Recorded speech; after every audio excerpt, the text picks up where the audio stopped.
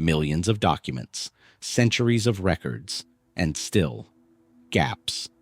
Real unresolved gaps that historians don't like discussing because they don't fit the narrative we've all agreed on. Today we're looking at 10 of them. No speculation, no folklore, just the evidence as it actually stands, and the questions nobody's managed to close. Let's start with the first one. Rome, 166 AD. A legion returns from the east. They've marched thousands of miles, through Mesopotamia, through the ruins of a city called Seleucia, one of the largest urban centers in the ancient world, sacked and burned by the very soldiers now heading home. They carry the spoils of a successful campaign: gold, grain, the pride of an empire that has just humbled its greatest eastern rival, Parthia. They also carry something else. Within months, people across the Roman world begin to die. Not in ones and twos, but in numbers that empty entire neighborhoods. The disease moves with terrifying speed, along trade routes, through military camps, into the crowded heart of Rome itself. It will not stop for over a decade. It will not stop, some historians argue, for longer than that. And when it is finally over, one of the most powerful civilizations in human history will never fully recover. We call it the Antonine Plague. And more than 18 centuries later, we still don't know exactly what it was. Let's start with what we do know, because there is real evidence here, not just legend. Our best eyewitness is a man named Galen. If that name sounds familiar, it should. He was perhaps the most influential physician in Western history, a man whose medical theories would shape European medicine for over 1,000 years.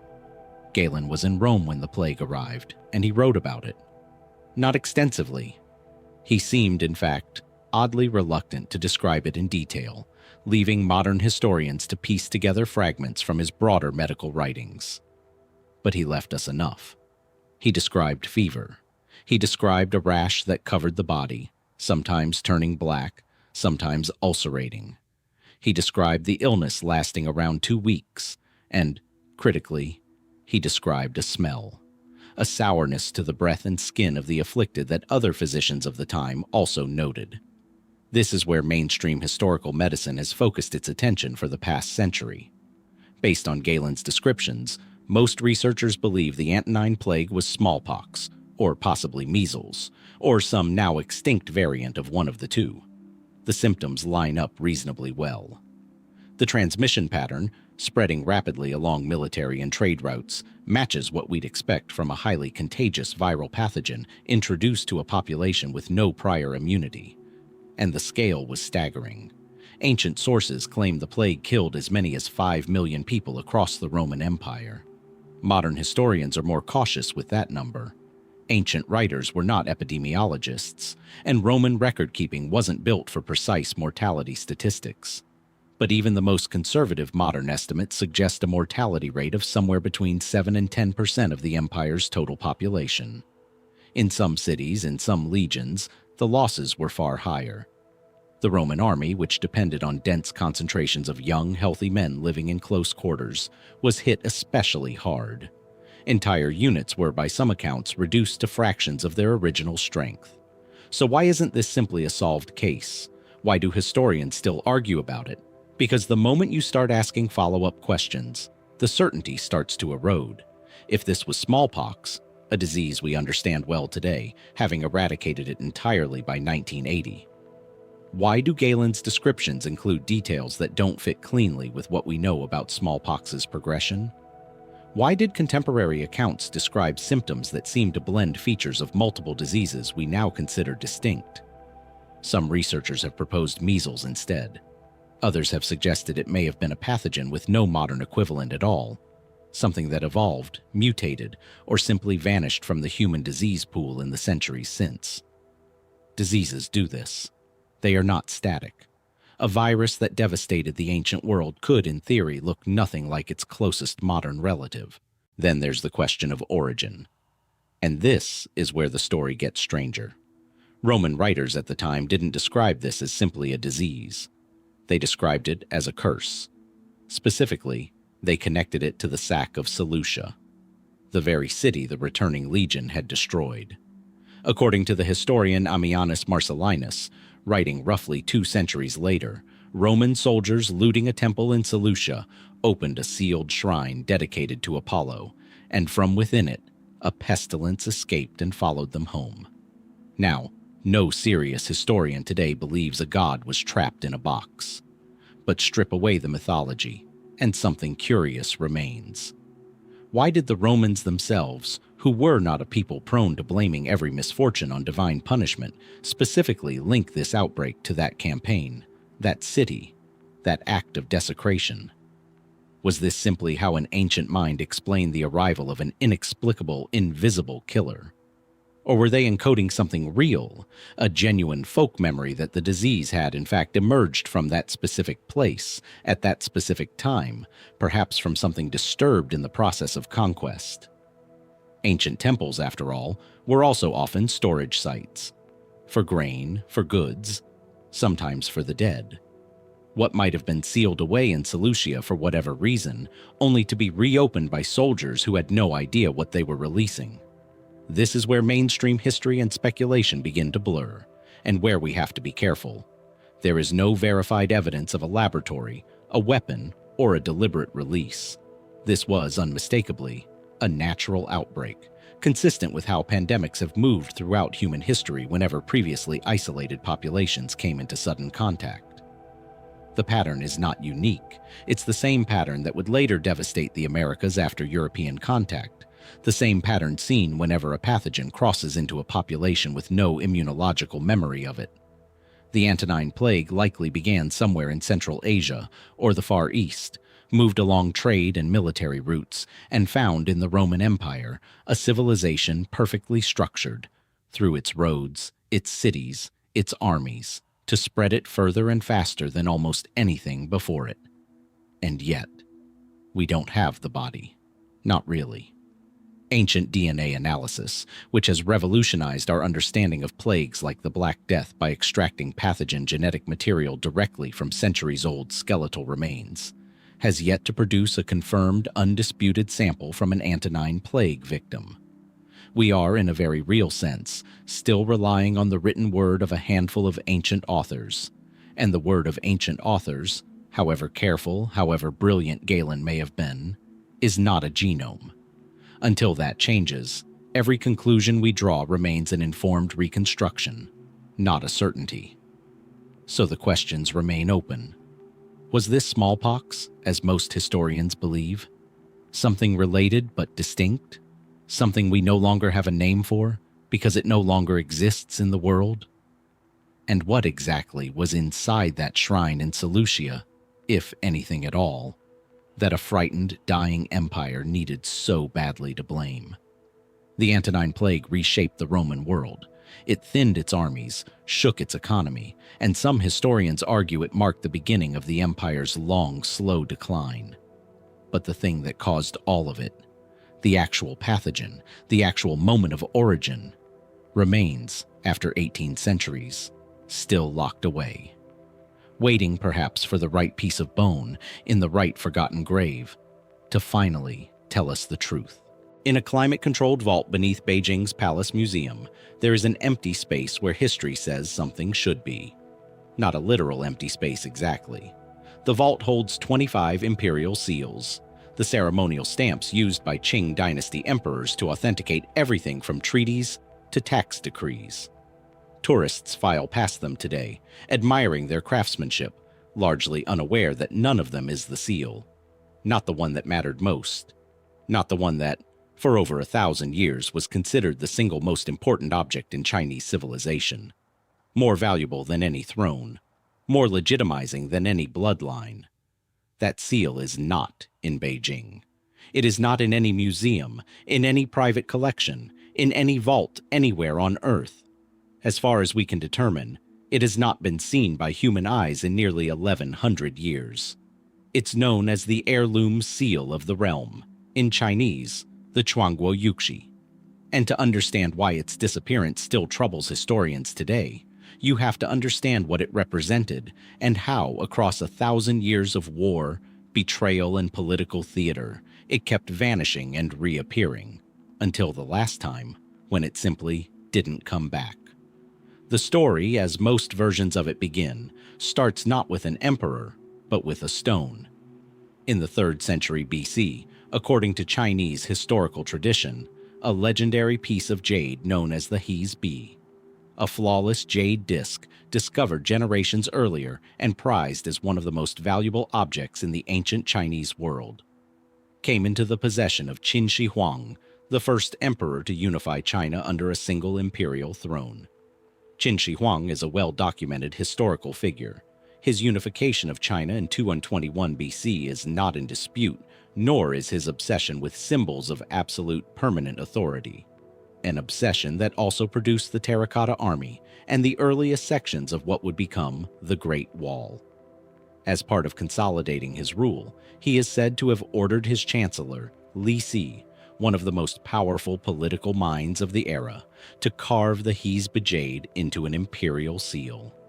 The inscription, Li Si, carved into it, according to tradition, read, "Having received the mandate from heaven, may the emperor's life be long and prosperous."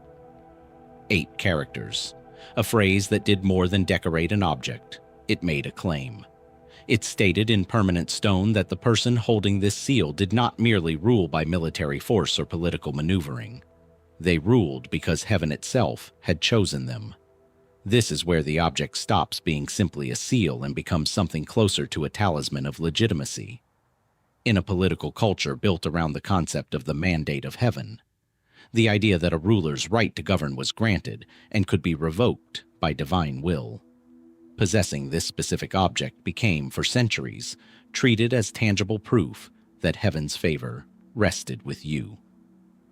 Chinese historical records describe it being passed down, fought over, stolen, hidden, and paraded as a trophy of conquest across dynasty after dynasty. The Qin fell, the Han rose, and inherited it. And it's here, in the Han dynasty, that the seal's documented history becomes richest, and where its story starts to blur, quietly, into legend. According to the Book of Han, one of the most respected historical texts of the period, the seal passed through a moment of genuine crisis in 8 AD, when the throne was usurped by a regent named Wang Meng, who founded a short-lived dynasty of his own. The Empress Dowager, so the story goes, refused to hand the seal over peacefully. In a fury, she reportedly threw it to the ground, chipping one corner, a corner that, according to tradition, was later repaired with gold. From that point forward, in some retellings, the seal bore a visible flaw, a small patch of gold inlay marking the place where an empress had rather destroy the ultimate symbol of imperial legitimacy than let it fall easily into unworthy hands. Is this detail historically verifiable? Not in any way modern historians would consider conclusive. There is no physical seal to examine, no gold-repaired corner to inspect under laboratory light. What we have is a textual tradition, a story recorded by court historians, repeated by later dynasties, and treated for the better part of 2,000 years as established fact. And this is where the mystery of the heirloom seal begins to reveal its true shape. It isn't simply the story of one object, it's the story of an idea that different rulers, in different centuries, kept insisting was still real, even as the physical evidence for it grew thinner and thinner. Because here's what actually seems to happen, dynasty after dynasty. The seal disappears. And then, conveniently, it reappears, usually right when a new ruler badly needs proof that heaven approves of them. After the fall of the Han, the seal is recorded passing through the chaotic Three Kingdoms period, then the Jin dynasty, then a bewildering sequence of short-lived northern and southern courts during one of the most fractured eras in Chinese history.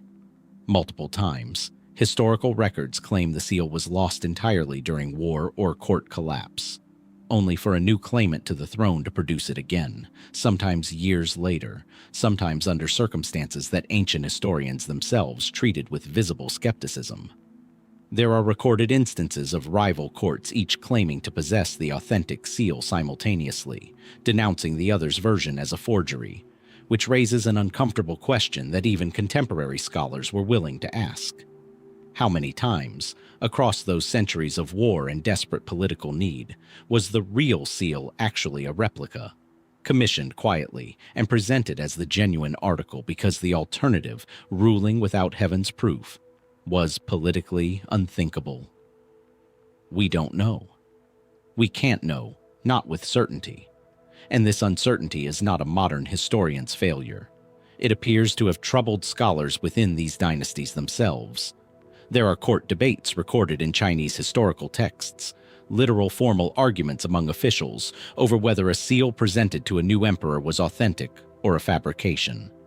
The stakes of that question were not academic. If the seal was fake, the emperor's claim to the mandate of heaven was, in the eyes of many, fake as well. By the time we reach the Tang Dynasty, one of the most powerful and well-documented periods in Chinese imperial history, the seal is treated as an established continuous artifact, accepted, displayed, referenced in official court proceedings. And it's here, at the very end of a very long and eventful road, that the object's documented history simply stops. In 936 AD, the later Tang Dynasty, a short-lived successor state during a chaotic period historians call the 5 dynasties and 10 kingdoms, collapsed under military rebellion. Its last emperor, Li Kongqi, found his capital surrounded, his forces defeated, his position hopeless. According to the historical accounts, rather than surrender, he retreated into a tower with members of his family, set it alight, and died in the fire. He is recorded as having taken the heirloom seal of the realm in with him. After the fire was extinguished and the ashes searched, the seal was not found. That is, as far as the documented historical record allows us to say, the last confirmed moment the object existed. Everything after 936 AD is speculation, hope, propaganda, or fraud, sometimes all 4 at once. And here is where the story should, by any reasonable expectation, end. An object burns in a fire. Objects do that.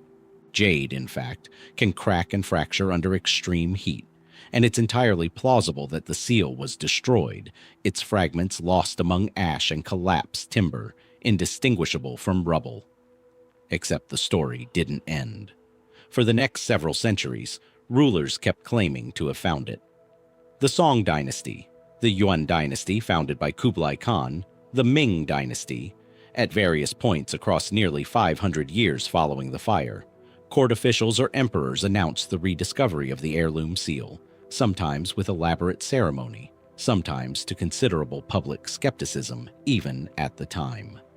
Song Dynasty scholars examining one such rediscovered seal presented to the court reportedly raised doubts about its calligraphy style, arguing the characters didn't match what historical description suggested Li Si would have carved centuries earlier.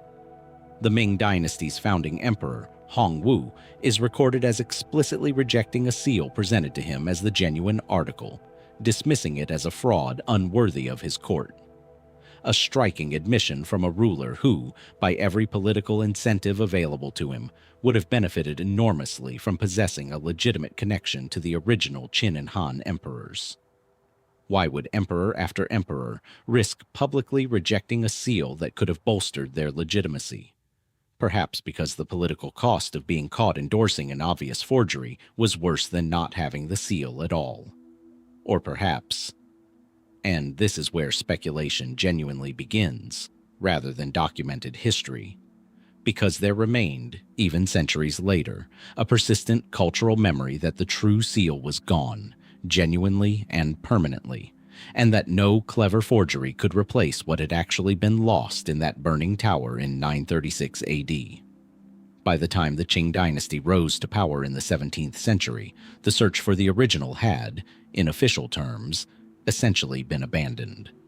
The Qing commissioned their own extensive collection of imperial seals, the same 25 now displayed in the Palace Museum, deliberately sidestepping the entire question of the heirloom seal's authenticity by simply building a new symbolic apparatus of legitimacy from scratch. It's a telling decision. An empire that ruled over one of the most historically self-referential civilizations on Earth chose ultimately not to chase a myth it could no longer verify. So what actually happened to it? The straightforward explanation is the one the historical record itself hands us. It burned in 936 AD, in a tower, with a desperate emperor who preferred destruction to surrender. Jade is durable, but not indestructible, and an inferno fed by an entire collapsing structure could plausibly have reduced it to fragments too small, too damaged, or too scattered among debris to ever be recovered or identified. But other, more speculative possibilities have circulated for centuries, among scholars and enthusiasts alike, all impossible to prove and equally impossible to fully dismiss. Some have suggested the emperor, in his final desperate hours, may have entrusted the seal to a servant or family member who escaped the tower before the fire consumed it, meaning it didn't burn at all, but was instead carried out into a chaotic, collapsing empire and simply lost to time, buried, hidden, or melted down by someone with no understanding of what they held. Others point to the sheer number of rediscoveries across the following centuries and ask a different question entirely. Is it possible one of them was genuine and was simply never able to overcome the political skepticism of a court that had every incentive to reject it?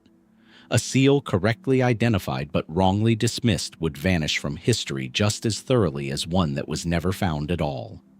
There's also a colder, more archaeological possibility. China's imperial tombs, even the well-documented ones, have yielded discoveries that rewrote historical assumptions.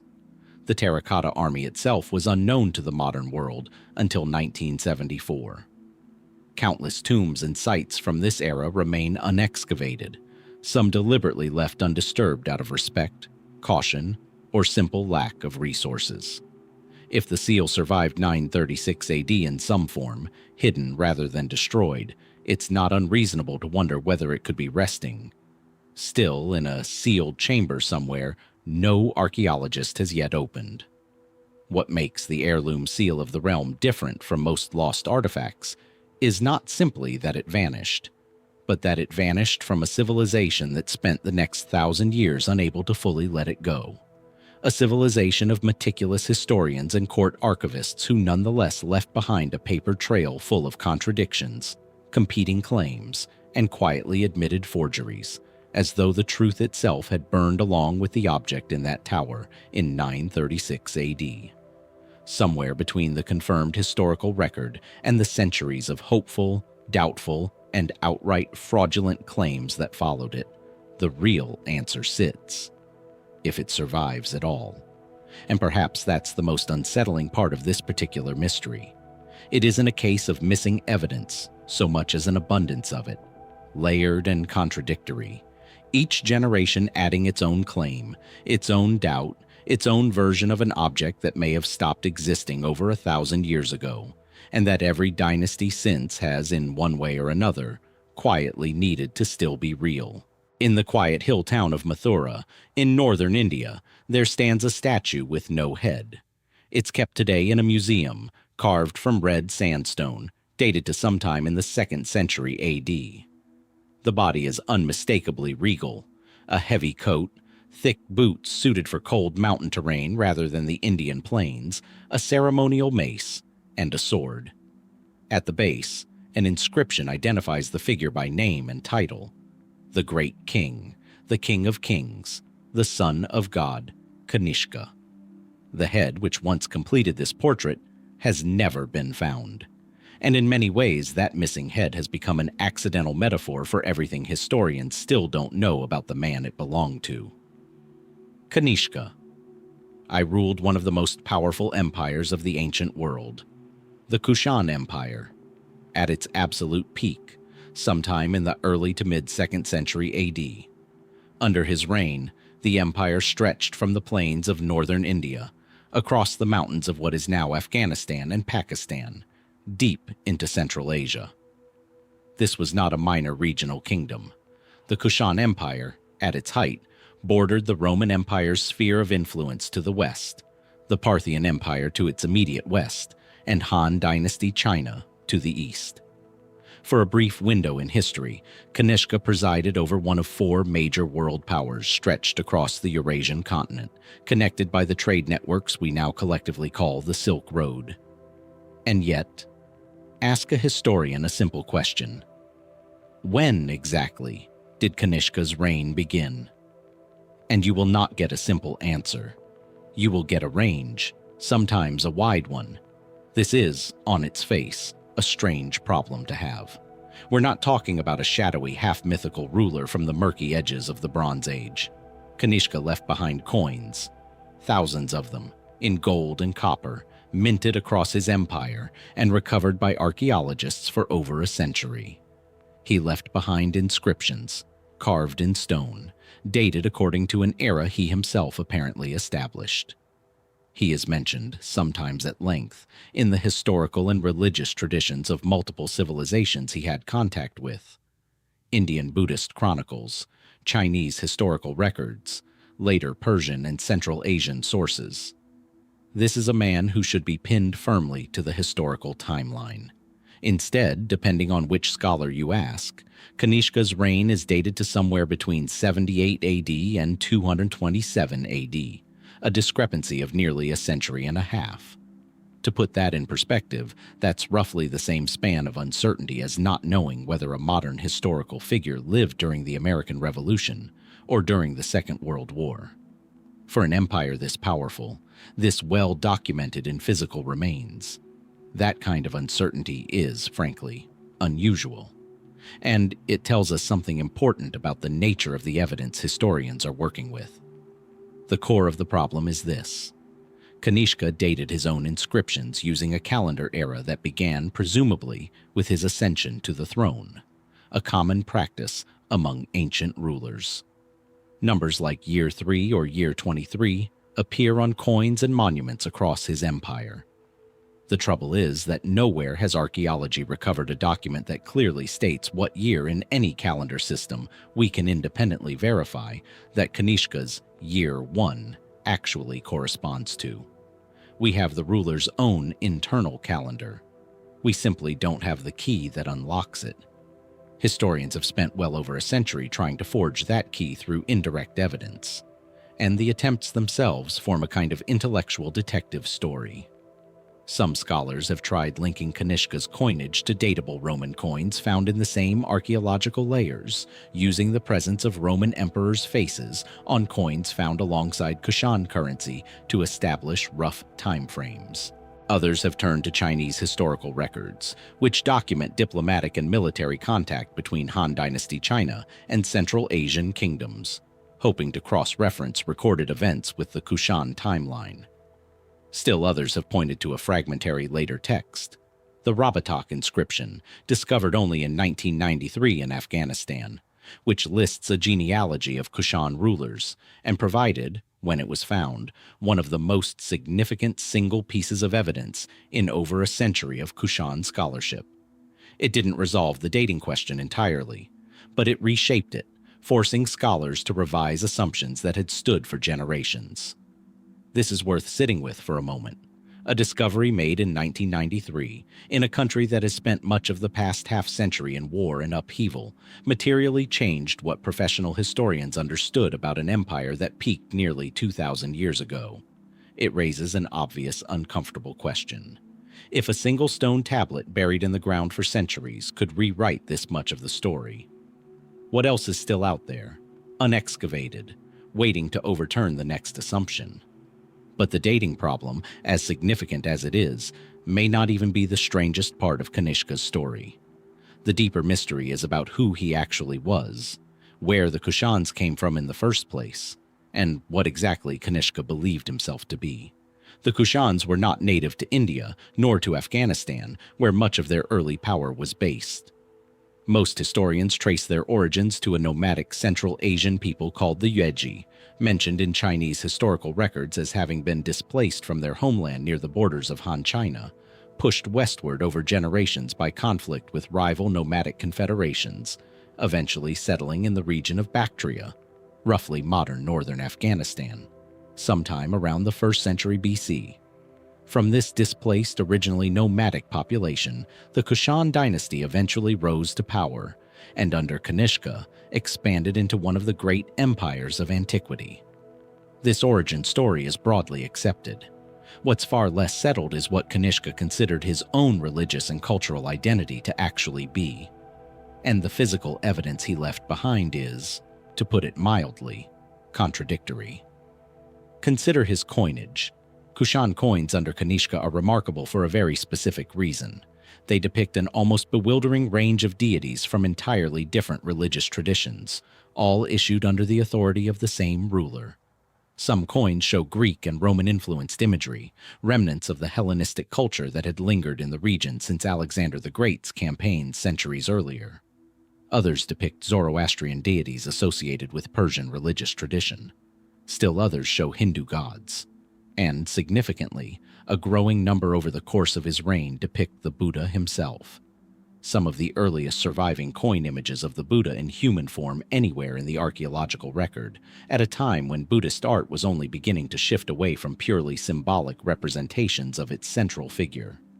Why would a single ruler mint currency honoring gods from at least 4 distinct religious traditions? The mainstream explanation is pragmatic, even elegant. Kanishka ruled an empire of staggering cultural diversity, stretched across trade routes connecting Persian, Greek, Indian, and Central Asian populations, and religious tolerance, or at least religious inclusiveness on his currency, may have simply been sound imperial policy, a visual statement to every community under his rule that their gods too were welcome in his empire. But Buddhist tradition tells a more specific and considerably more dramatic story. According to later Buddhist chronicles, written, it should be said, generations after Kanishka's actual reign, and carrying all the historical caution that implies, Kanishka became one of Buddhism's greatest royal patrons, second in legend only to the earlier Indian emperor Ashoka. He is credited with convening a major Buddhist council, gathering scholars to help resolve doctrinal disputes and standardize Buddhist teachings. A council some traditions claim contributed directly to the emergence of Mahayana Buddhism, the branch of the religion that would eventually spread across Central Asia, China, Korea, and Japan, and which today counts hundreds of millions of adherents worldwide. If this tradition is accurate, even partially, the implications are extraordinary. It would mean a nomadic dynasty's descendant, ruling from a fusion empire of Greek, Persian, and Indian influences, played a direct and pivotal role in transforming a regional Indian religious movement into one of the great world religions. And yet, here is where the investigative trail runs cold again. No contemporary inscription from Kanishka's own reign explicitly confirms this council took place, or describes Kanishka as an exclusively devoutly Buddhist ruler. The coins alone, showing Greek gods alongside the Buddha, alongside Zoroastrian fire deities, suggest a man either genuinely pluralistic in his personal faith, or simply astute enough to never let any single religious identity limit his authority over a famously diverse empire. Which was it? The stone and the coin don't say. Only later religious tradition, written by people with their own reasons for claiming him, tells us with any confidence at all. And then there's the headless statue in Mathura, the one we started with. Scholars have long debated what the missing head might have shown us, had it survived. Kushan royal portraiture from this era occasionally shows rulers wearing headgear associated with specific religious or cultural affiliations, details that, in a fully intact statue, might have offered a clue to how Kanishka wished to visually present himself to his own subjects. Instead, we're left with a body in foreign dress, standing in an Indian temple complex, identified only by an inscription. A king whose face history genuinely, physically, does not remember. Some more speculative theories have gone further still, questioning not just Kanishka's religious identity, but elements of his broader biography, whether certain later inscriptions attributed to Kanishka might actually refer to different rulers using the same throne name, a practice not unknown among Kushan kings, or whether the dramatic Buddhist council tradition was, in part, later religious communities retroactively claiming a powerful, historically significant ruler as their own patron, lending their tradition the prestige of an emperor's endorsement centuries after he could no longer confirm or deny it. These theories remain contested, unproven, debated at academic conferences rather than settled in textbooks. But they persist precisely because the primary evidence leaves so much room for them to exist at all. What we're left with, ultimately, is a ruler simultaneously among the best documented and most enigmatic figures of the ancient world. A man with thousands of surviving coins bearing his image, inscriptions carved in stone across 3 modern countries, and a reputation significant enough to be remembered centuries later by multiple civilizations independently. And still, we cannot say with certainty when his reign began. We cannot say, beyond reasonable doubt, what god or gods he personally believed in. We cannot even say with the missing stone head in that Mathura museum what his own face looked like when he ruled a quarter of the known world. Perhaps that absence is fitting. Kanishka governed at the crossroads of civilizations, at the exact geographic and cultural intersection where Greek, Persian, Indian, and Central Asian worlds met and blended into something new.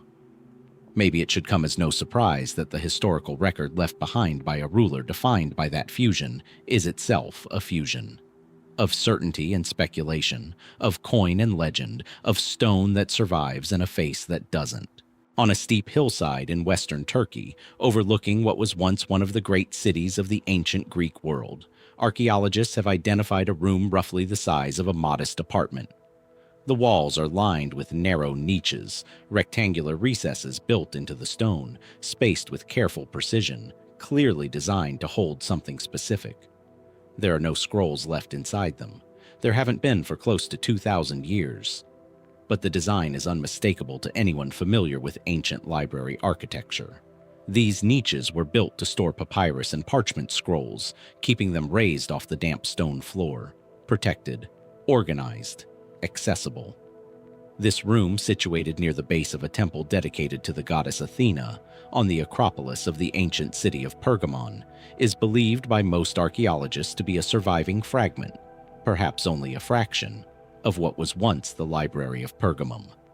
In its time, it was spoken of as a genuine rival to the greatest library the ancient world ever produced, the Library of Alexandria. And like its more famous counterpart in Egypt, the Library of Pergamum vanished. Not in a single dramatic fire that history conveniently remembers, but in a slower, murkier way, one that has left historians arguing for centuries over what actually happened to it, and where, if anywhere, its contents might have ended up. To understand why this library mattered, and why its disappearance still troubles scholars, you have to understand the peculiar rivalry that built it in the first place. By the 3rd century BC, the kingdom of Pergamum, ruled by the Attalid dynasty, had become one of the wealthier and more culturally ambitious states to emerge from the fractured remains of Alexander the Great's empire. The Attalid kings, particularly Eumenes II, who ruled through much of the 2nd century BC, seem to have been driven by a very specific ambition: to establish Pergamum not merely as a wealthy regional capital, but as a genuine center of Greek learning and culture, a city that could stand alongside Athens in prestige and, more pointedly, rival Alexandria, which under the Ptolemaic dynasty in Egypt had built the most famous library and center of scholarship the Mediterranean world had ever known. This rivalry, according to several ancient sources, went well beyond simple cultural ambition. The Roman-era writer Pliny the Elder, in his Natural History, records a story, repeated by later ancient authors, that the competition between Pergamum and Alexandria grew heated enough that the Ptolemaic rulers in Egypt, alarmed at Pergamum's growing library and its ability to attract scholars, imposed an embargo on papyrus exports. Egypt was, at the time, essentially the sole major source of papyrus in the ancient Mediterranean world, since the plant grew abundantly along the Nile and nowhere else in comparable quantity. Cutting off Pergamum's papyrus supply would have been, in effect, an act of intellectual warfare, starving a rival library of the one material it needed to keep expanding. According to Pliny's account, Pergamum's response was to innovate around the blockade entirely. Scholars and craftsmen in the city refined and popularized a writing material made from treated animal skin, a technique that, while not entirely new, was significantly improved and scaled up in Pergamum to the point that the material itself eventually took the city's name. The Latin term for this material, Pergamena, is the direct ancestor of our modern word, parchment. It's a wonderful story. A kingdom starved of resources, inventing its way to independence, and in the process gifting the ancient world a writing material durable enough that some parchment documents from antiquity survive intact today, while papyrus, by comparison, is far more fragile and prone to decay. It's also a story that modern historians treat with considerable caution. Parchment-like materials were in use in the ancient Near East well before this supposed embargo, and many scholars now suspect Pliny's account compresses or dramatizes a more gradual, less politically charged technological development into a neater narrative. The kind of tidy origin story ancient writers were fond of constructing after the fact. Whether the embargo happened exactly as described, happened at all, or was a later exaggeration of ordinary trade friction between two rival kingdoms, is itself a small, persistent historical mystery embedded within the larger one. What isn't seriously disputed is the scale of what Pergamum eventually built. Ancient sources, though not perfectly consistent with one another, suggest the Library of Pergamum held somewhere in the range of 200,000 scrolls at its height. A staggering figure, rivaling the most generous ancient estimates for the collection at Alexandria itself. The physical library complex, based on archaeological remains, appears to have been integrated directly into the sanctuary of Athena atop the city's Acropolis, positioned deliberately, scholars believe, to associate the pursuit of knowledge with divine wisdom, a not-so-subtle architectural statement about the kingdom's cultural aspirations. And then, over the course of a few turbulent centuries, it disappears from the historical record almost entirely. The most famous, and most contested, explanation for where the Library of Pergamum's contents ultimately went comes to us, once again, through Roman-era sources, and it involves two of the most famous names in ancient history, Mark Antony and Cleopatra. According to the ancient biographer Plutarch, writing well over a century after the events he's describing, Mark Antony, during his relationship with Cleopatra VII of Egypt, gave her an extraordinary gift: 200,000 scrolls from the Library of Pergamum, transferred wholesale to Alexandria, reportedly to help replenish or expand the Alexandrian library's collection. If true, this would mean the great rival library didn't burn, wasn't lost to war or neglect. It was simply absorbed, deliberately and almost ceremonially, into the very institution it had spent over a century competing against. It's a genuinely striking image. One library soul poured into another's as a token of political and romantic alliance between two of the most consequential figures of the late Roman Republic. It's also a story that a great many modern historians regard with significant skepticism, for reasons worth sitting with. For one, Plutarch was writing more than 100 years after the fact, drawing on earlier sources that themselves aren't fully known to us. And Plutarch was, by his own stated purpose, more interested in constructing moral and character studies of his subjects than in producing precise historical documentation. Mark Antony's relationship with Cleopatra was, by the time Plutarch wrote about it, already heavily mythologized and politically charged. Antony had been the loser in a civil war against the future Emperor Augustus, and Roman historical writing about him afterward was shaped, consciously or not, by the political need to portray him as a man who had abandoned Roman virtue for Egyptian excess and romantic infatuation. A grand, extravagant gift of an entire rival library's collection fits that narrative almost too neatly. It reads, to many modern scholars, less like a precisely recorded historical transaction, and more like the kind of dramatic flourish that later Roman writers were inclined to attach to Antony's legacy, whether or not it happened exactly as described, or at all. So did it happen? We genuinely don't know. There's no independent Egyptian or Pergamene source confirming the transfer.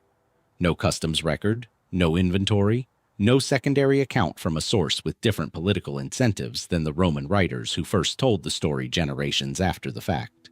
It remains entirely possible that some or all of the Library of Pergamum's scrolls really did make the journey to Alexandria. It's equally possible that Plutarch's story is a dramatic embellishment built around a much smaller, much less significant transfer of books, or that it's an invention almost entirely, a symbolically satisfying tale that later Roman audiences wanted to believe about a man they'd already decided to see as tragically compromised by his devotion to a foreign queen. And even if we accept the story completely, it still doesn't resolve the mystery. Because if 200,000 scrolls really were transferred to Alexandria in the 1st century BC, they would then have shared Alexandria's own uncertain fate, a library whose destruction is, itself, one of the most debated events in ancient history, attributed variously to Julius Caesar's military campaign in Alexandria in 48 BC, to later conflicts, to a slow institutional decline stretched across centuries rather than a single dramatic fire. In other words, even the most famous, most often repeated explanation for what happened to Pergamon's library doesn't actually give us an ending. It just relocates the mystery to a different city, where it promptly gets tangled up in an entirely separate, unresolved historical debate. What do we actually know with real confidence? We know the library existed, and existed at genuine, significant scale. The archaeological remains on the Pergamon Acropolis aren't in dispute, and ancient writers across multiple centuries and multiple political contexts consistently describe it as one of the preeminent libraries of the Hellenistic world. We know Pergamon eventually came under Roman control, absorbed peacefully rather than conquered, when its last king, Attalus III, died without an heir in 133 BC, and bequeathed his entire kingdom to Rome in his will. An unusual, and to some later Roman writers, faintly suspicious arrangement in its own right. We know the city continued to exist and function as a notable Roman provincial center for centuries afterward, meaning there was no single catastrophic event, no sack, no siege, no recorded fire that offers an easy dramatic explanation for a library's sudden end. That absence of a clean catastrophe is in some ways the most puzzling part of this entire mystery.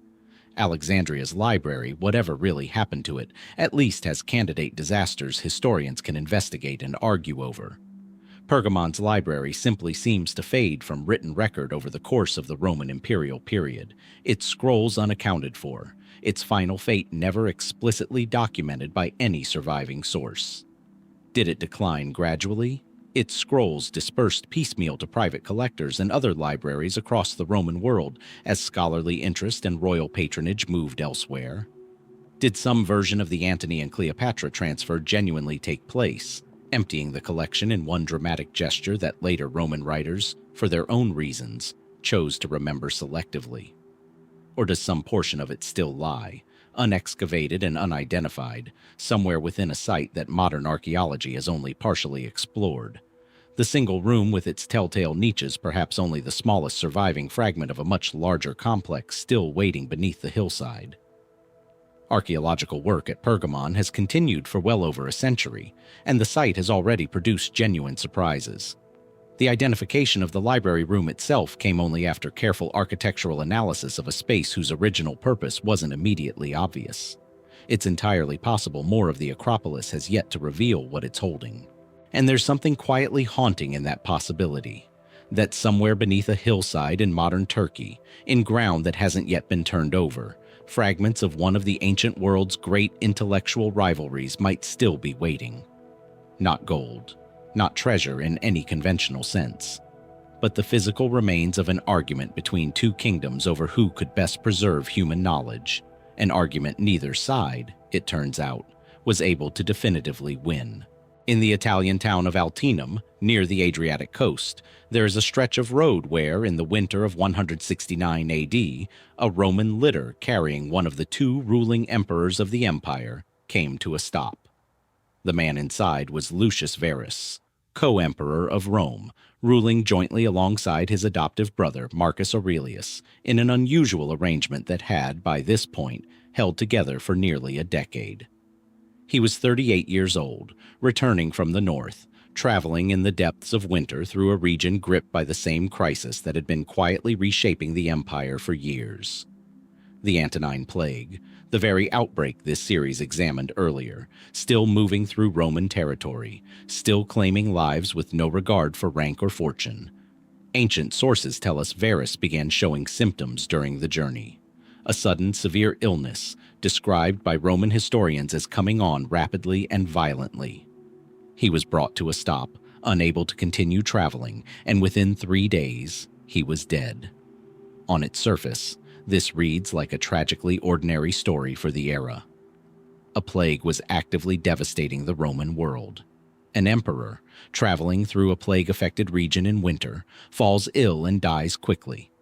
This is, statistically, close to exactly what we'd expect the plague to do to anyone unlucky enough to contract it, regardless of their rank. And in fact, this is precisely the explanation most modern historians consider the most probable one.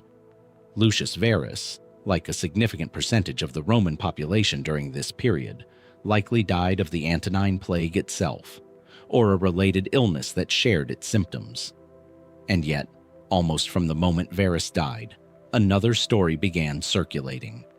One considerably darker and considerably harder to dismiss outright because of who was telling it.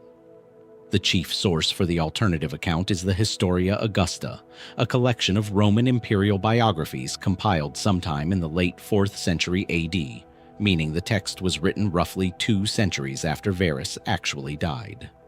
This gap matters enormously to how historians weigh what the Historia Augusta claims, and it's worth explaining why, because the text's reputation is central to understanding just how murky this particular mystery really is. The Historia Augusta is, by scholarly consensus, one of the strangest and least reliable major sources to survive from Roman antiquity. It claims to have been written by 6 different authors during the reigns of Diocletian and Constantine in the late 3rd and early 4th centuries. Modern scholarship has largely concluded this attribution is false.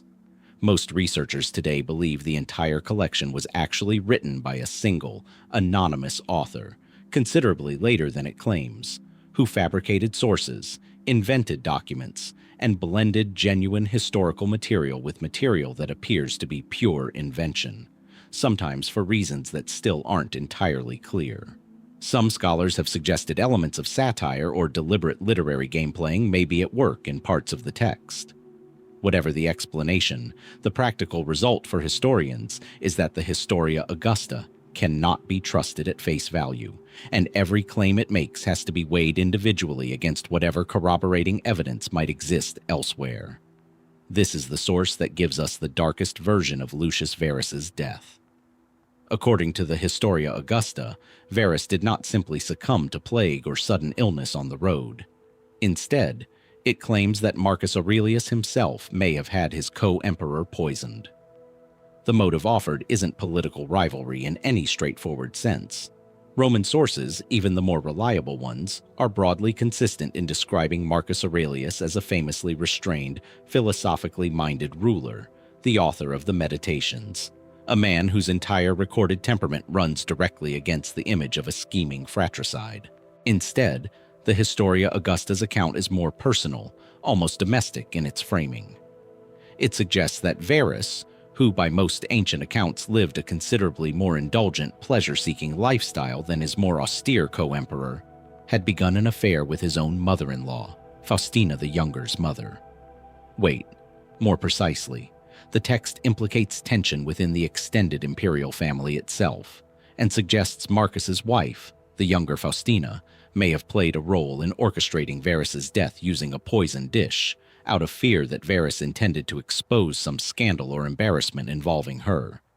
It's a genuinely tabloid-worthy story, and that, more than anything else, is precisely why most serious historians treat it with deep suspicion.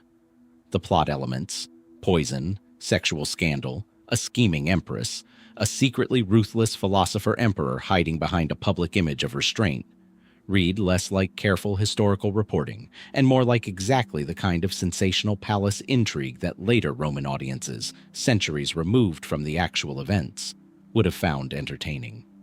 The Historia Augusta, throughout its text, shows a consistent pattern of embellishing the private lives of emperors with scandalous, often sexually charged material that other, earlier and more reliable sources simply don't mention at all. So should we dismiss the poisoning theory entirely?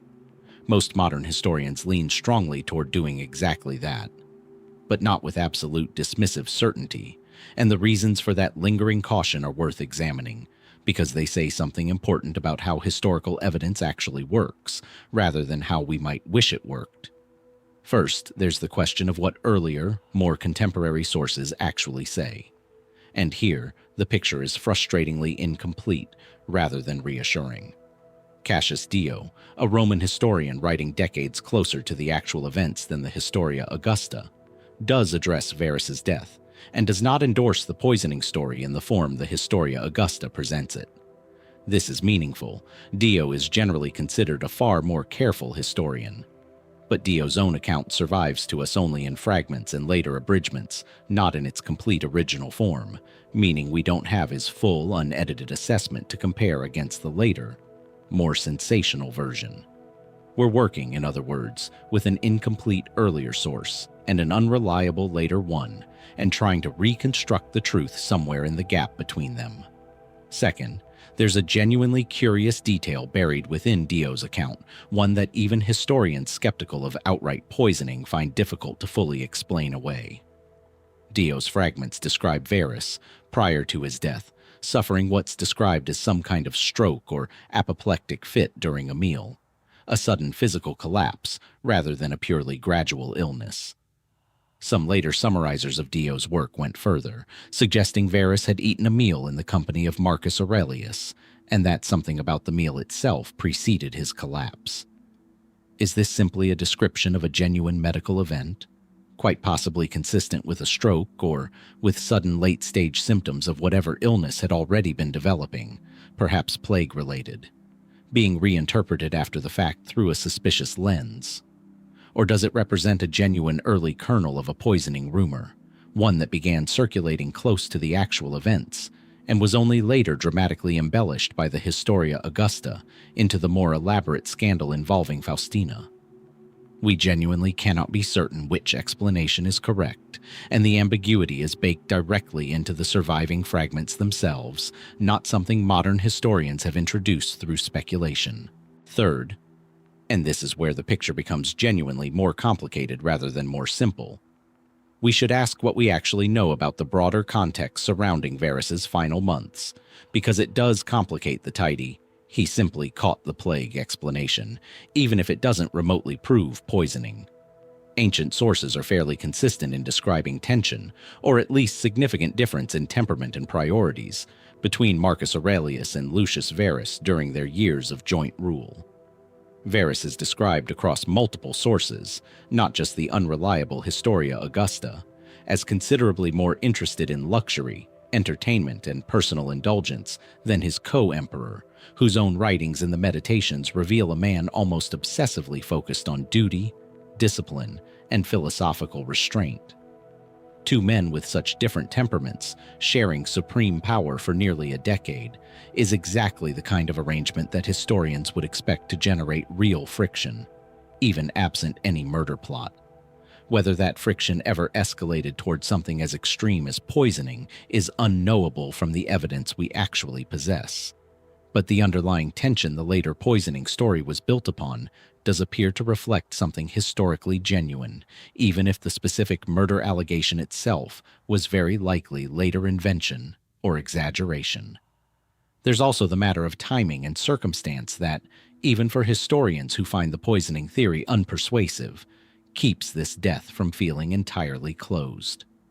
Verus died in the middle of one of the most chaotic and lethal periods the Roman world had experienced in generations, during an active military campaign against Germanic tribes along the northern frontier, in a context where sudden deaths, from disease, from the general hardships of winter travel and military campaigning, from any number of ordinary causes, were tragically unremarkable.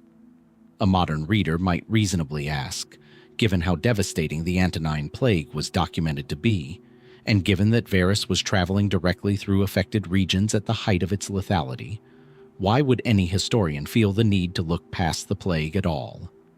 The honest answer is that most historians don't feel that need. The plague explanation remains, by a significant margin, the most probable one, requiring no scandal, no political intrigue, no hidden killer. It simply requires that an emperor, like hundreds of thousands of his subjects during those same years, contracted a disease that was, at that exact moment in history, killing people indiscriminately across the length and breadth of the Roman world. And yet the poisoning story has persisted for over 16 centuries. Regardless, repeated, debated, occasionally dismissed outright and occasionally revived by historians willing to entertain the possibility that a text as unreliable as the Historia Augusta might, buried among its inventions, still preserve a genuine fragment of contemporary rumor. The kind of palace whisper that, true or not, real historical actors at the time might actually have believed and acted upon in ways the official record was never going to document plainly. What actually happened on that road near Antonine in the winter of 169 AD? The plague explanation remains the most likely, grounded in documented medical reality and consistent with the broader catastrophe unfolding across the empire at that exact moment. But it's worth sitting, briefly, with what we don't have. We don't have Cassius Dio's complete original account to compare fully against the later embellished version. We don't have any physical examination of Verus's remains. Roman imperial burial practices leave us with monuments and historical description, not forensic evidence. We don't have a contemporary account written in the actual years immediately following his death, free from the 2-century gap that separates the event from its most detailed surviving narrative. What we have, instead, is a co-emperor who governed with famous philosophical restraint and whose own private writings reveal almost nothing about his brother's death at all. A silence some readers of the Meditations have found conspicuous, and others have simply attributed to a text that was never meant to be a historical record in the first place, but a private philosophical journal addressed to no one, explaining nothing it didn't wish to explain. Whether that silence hides something, or is simply the silence of a grieving, restrained man who saw no reason to commit court gossip to his own private reflections, remains, like so much else about this particular death, a question the surviving evidence was never quite complete enough to answer. In the Judean hills south of Jerusalem, there is a cave system carved into a steep limestone cliff, accessible today only by rope and a difficult climb down a near-vertical rock face. Archaeologists call it the Cave of Letters. Inside, in the early 1960s, an Israeli archaeological team recovered one of the most extraordinary caches of ancient documents ever found in the region. Bundles of papyrus letters, legal contracts, and personal correspondence, remarkably preserved by the bone-dry desert air, some of them bearing the name and seal of a man who led one of the most consequential rebellions against Roman authority in the empire's history. Simon Bar Kokhba. The letters are real. The seal is real. The cave itself, and the desperate people who apparently hid within it, are real. The remains of refugees who sought shelter there, and, by most archaeological interpretation, never left. And yet, despite this remarkable physical evidence confirming that Bar Kokhba existed, commanded real people, and issued real orders, historians still cannot tell you with confident precision where most of the actual battles of his revolt were fought. This is a strange thing to admit about a war that, by every available account, was one of the most catastrophic conflicts the Roman Empire ever fought against a provincial population. A war so costly that even Rome's own triumphant record-keeping seems to have flinched from describing it in full. To understand why the battlefields themselves remain so elusive, you first have to understand just how much we do know, because this isn't a case of an obscure, poorly attested historical footnote. The Bar Kokhba revolt, which broke out in 132 AD in the Roman province of Judea, is documented across multiple independent traditions. Roman historical writing, rabbinic Jewish literary sources compiled in the centuries afterward, and, since the mid-20th century, a genuinely significant body of archaeological material recovered directly from the Judean desert, including coins minted by the rebels themselves and the administrative letters found in caves like the one described above. Few ancient conflicts of this scale have left behind such a rich, multi-angled body of evidence. The broad shape of the war is not seriously disputed. roughly 6 decades after Rome had already crushed an earlier, even larger Jewish revolt in 70 AD, the war that ended with the destruction of the Second Temple in Jerusalem, an event still commemorated in Jewish religious tradition today.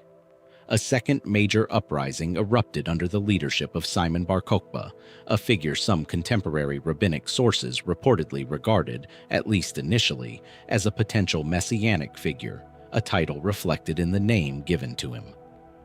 Bar Kokhba, meaning roughly, son of a star, drawn from a biblical prophecy. Whether Bar Kokhba himself encouraged this messianic framing, or whether it was primarily attached to him by supporters and later tradition, remains its own point of scholarly debate.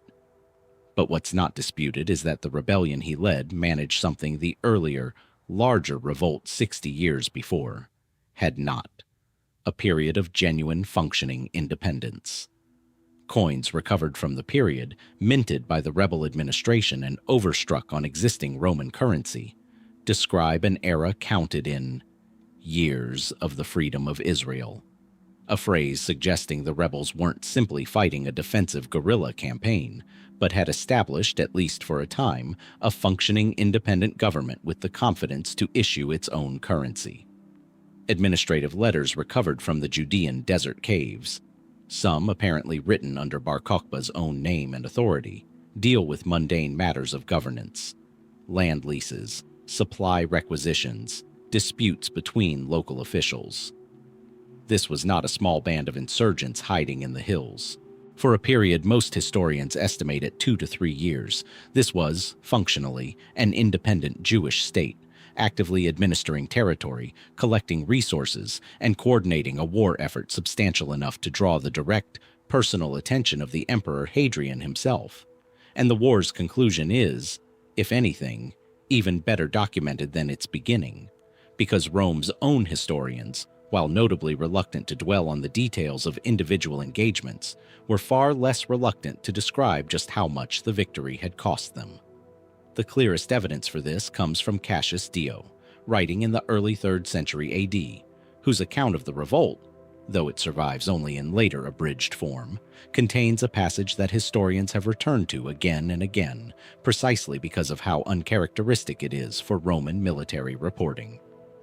Dio describes Hadrian, in his formal report to the Roman Senate following the war's conclusion, deliberately omitting the traditional opening phrase Roman generals used when reporting military success: "I and the legions are in health," a conventional formula that assumed victory would be accompanied by acceptable losses.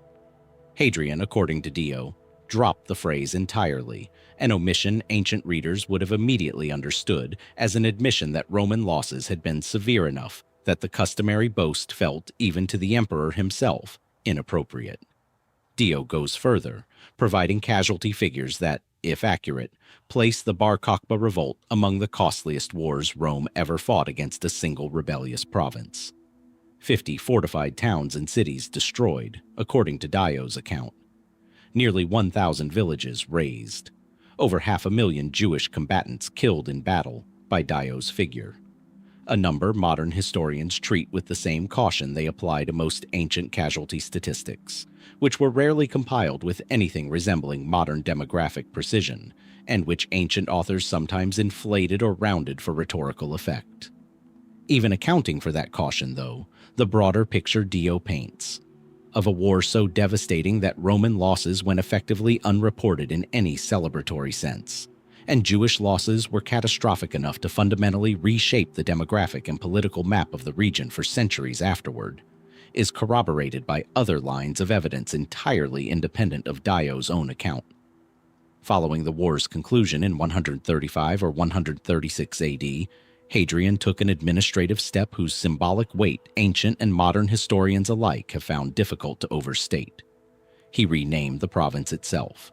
Judea, a name directly reflecting its Jewish population and history, was officially redesignated Syria Palestina, a name deliberately drawn, most historians believe, from the ancient Philistines, a population with no contemporary political presence in the region at all, chosen, many scholars argue, specifically to sever the administrative and symbolic connection between the land and the people who had just fought Rome to something close to a standstill.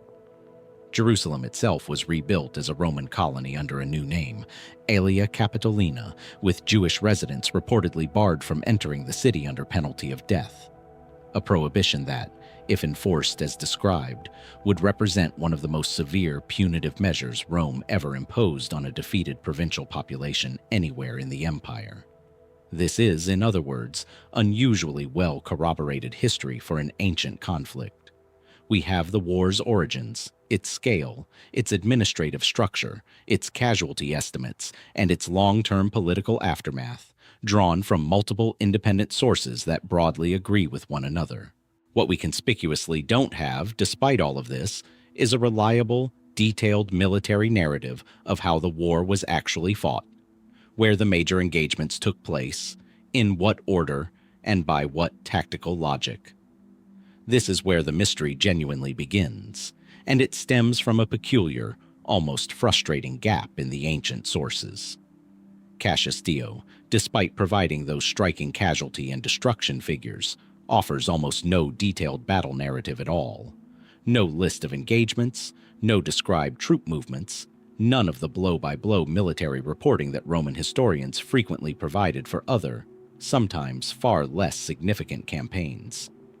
It's as though Dio, or perhaps the sources he was drawing from, considered the war's grinding, attritional nature not well suited to the kind of dramatic set-piece battle narrative ancient military history typically favored. Or, alternatively, that the war was fought in a manner so different from conventional Roman military engagement that it simply didn't lend itself to that kind of account. And this second possibility is, in fact, exactly what a number of historians believe actually happened, and it's central to understanding why the battlefields themselves have proven so difficult to locate.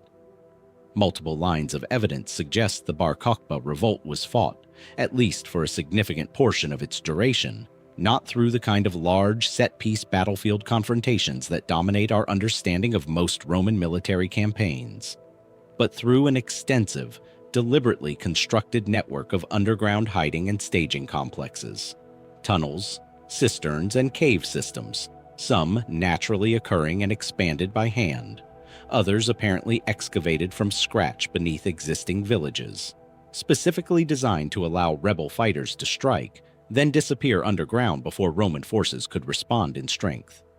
Archaeologists have identified hundreds of these underground complexes across the Judean lowlands in the decades since systematic surveying began, and their design, narrow, deliberately confusing passageways, concealed entrances, ventilation shafts disguised within domestic structures above ground, strongly suggests coordinated, large-scale construction specifically intended to support this kind of guerrilla warfare.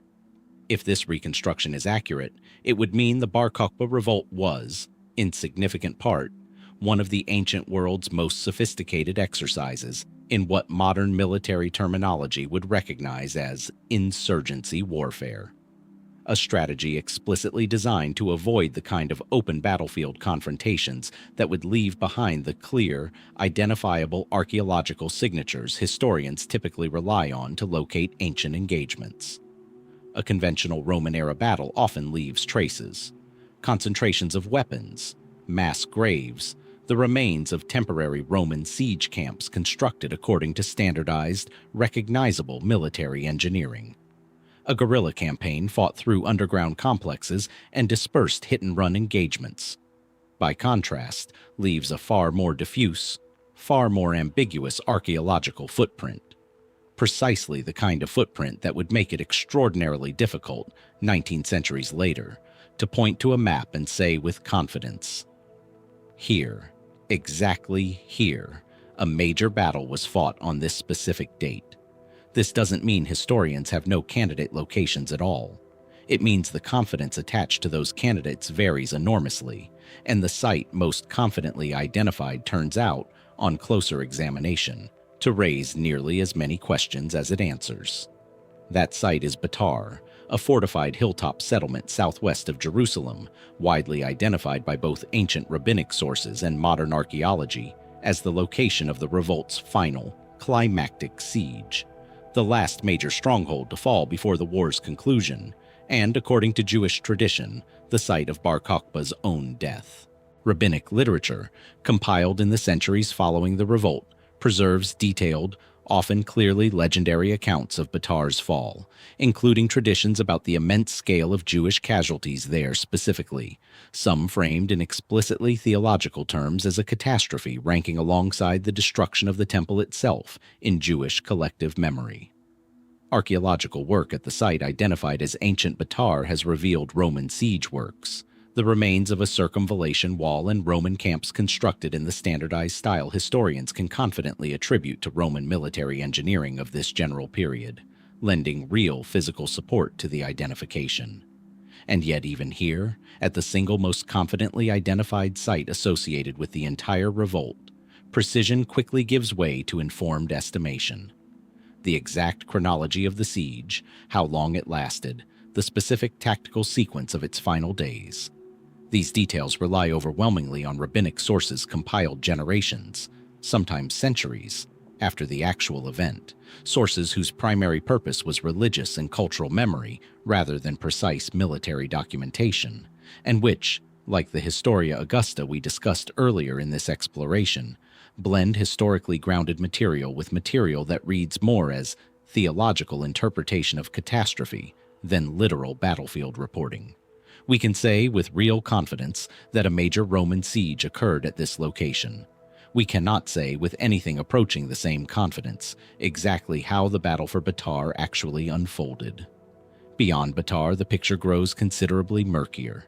Ancient sources reference other locations connected to the war, place names that appear in rabbinic literature, in the documents recovered from the Judean desert caves, occasionally in later Roman administrative records. But connecting these textual references to specific, confidently excavated archaeological sites has proven to be one of the more persistently difficult puzzles in the archaeology of the region.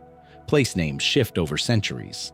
Settlements are abandoned, rebuilt, renamed, sometimes multiple times across the 19th century, separating the revolt from modern archaeological survey work.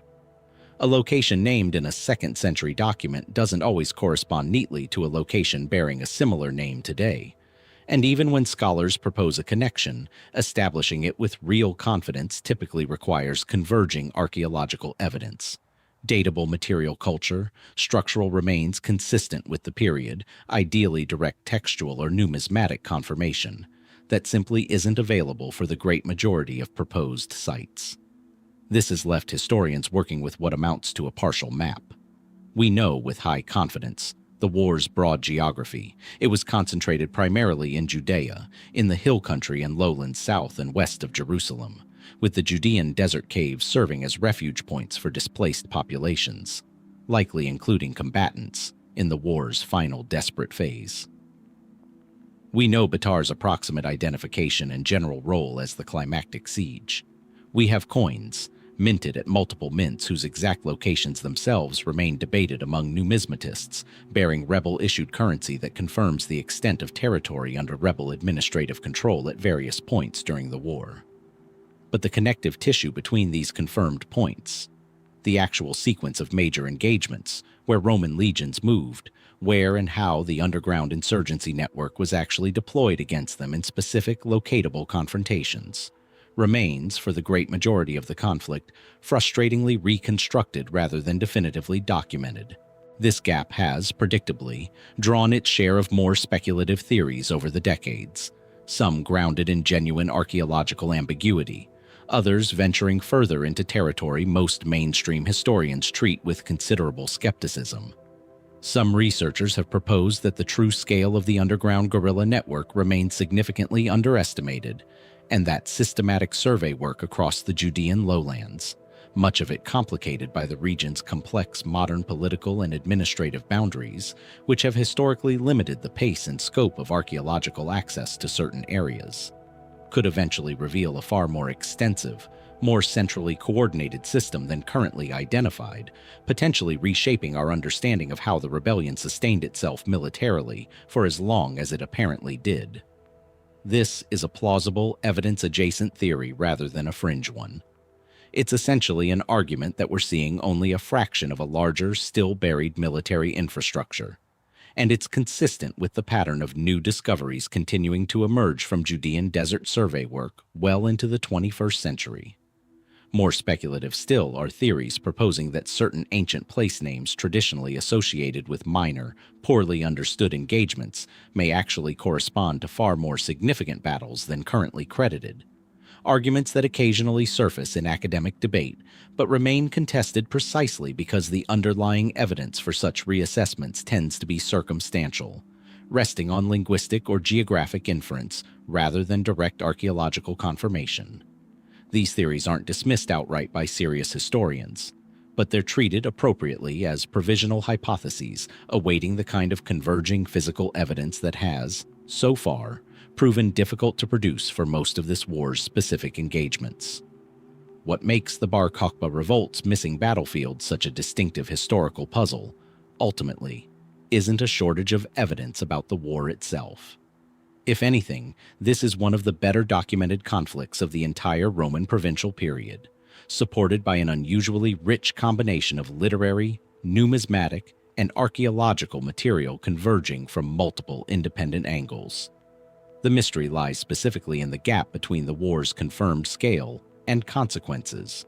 A rebellion large enough to draw an emperor's personal attention, costly enough to alter how Rome reported its own victories, consequential enough to permanently reshape the region's administrative name and demographic future, and our persistent inability to translate that confirmed significance into a detailed, confident military map of how it actually unfolded on the ground. Perhaps that gap is, in its own way, a kind of evidence in itself. A war fought substantially through concealment, through underground networks specifically engineered to avoid the kind of visible, locatable confrontations that leave clear archaeological signatures, might be expected to leave behind exactly this kind of ambiguous historical footprint.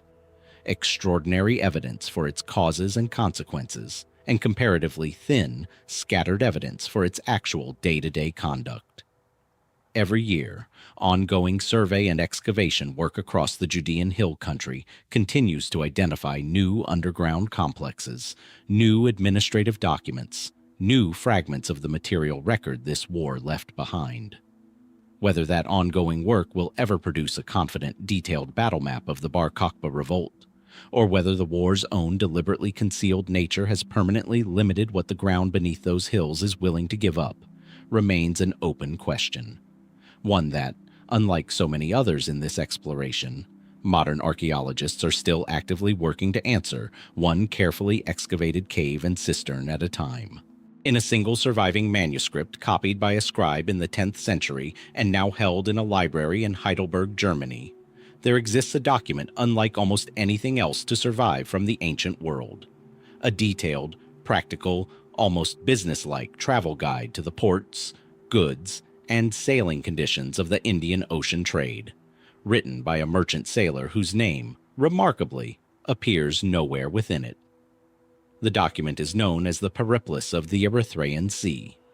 Erythraean being the ancient Greek term for what we would now generally recognize as the Red Sea and the wider Indian Ocean trading world beyond it. It was almost certainly composed sometime in the 1st century AD, likely by a Greek-speaking merchant based in Roman Egypt, and it survives today as one of the single most valuable primary sources historians possess for understanding the ancient world's maritime trade networks.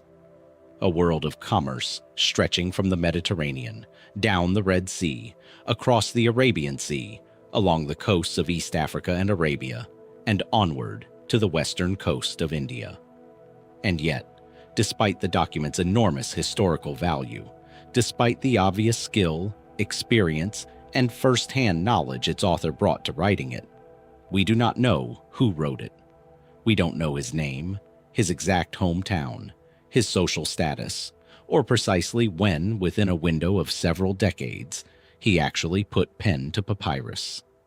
This is, on its face, a curious kind of mystery, quieter than a poisoning, less dramatic than a burning tower or a vanished library. But the less obvious you consider it, the stranger it becomes. Because the Periplus is not some obscure fragment, barely legible, its content nearly lost. It is a rich, detailed, remarkably specific document, one whose author clearly knew exactly what he was talking about, and clearly expected his intended readers to find that knowledge immediately, practically useful. This was not written for glory, or literary reputation, or to flatter an emperor. It reads, more than almost any other surviving ancient text, like something written by a working professional for other working professionals. And it's precisely that practical, unpretentious character that makes its anonymity so genuinely puzzling. To understand why, it helps to actually sit with what the document contains, because the specificity is, frankly, remarkable for a text this old. The Periplus reads essentially as a port-by-port guide. It describes in careful sequence the harbors and trading posts along the Red Sea coast of Egypt, down through the Horn of Africa, across the Arabian Peninsula, and onward to the western coast of India. At each stop, detailing what goods could be profitably bought, what could be profitably sold, what local rulers or authorities controlled the port, what the prevailing winds and sailing seasons were, and often small practical warnings about local hazards, from difficult currents to reportedly hostile populations at specific anchorages. It describes, among a great deal else, the seasonal monsoon winds that made direct ocean crossings between the Arabian coast and India possible. Winds the text attributes to the sailing knowledge of a Greek navigator named Hippolus, who, according to the Periplus, was the first to recognize how to exploit these seasonal patterns for direct crossings, rather than the slower, more dangerous coast-hugging routes sailors had relied on previously. This single detail alone has occupied historians and historians of science for well over a century, because it touches on a genuinely significant question in the history of ancient navigation.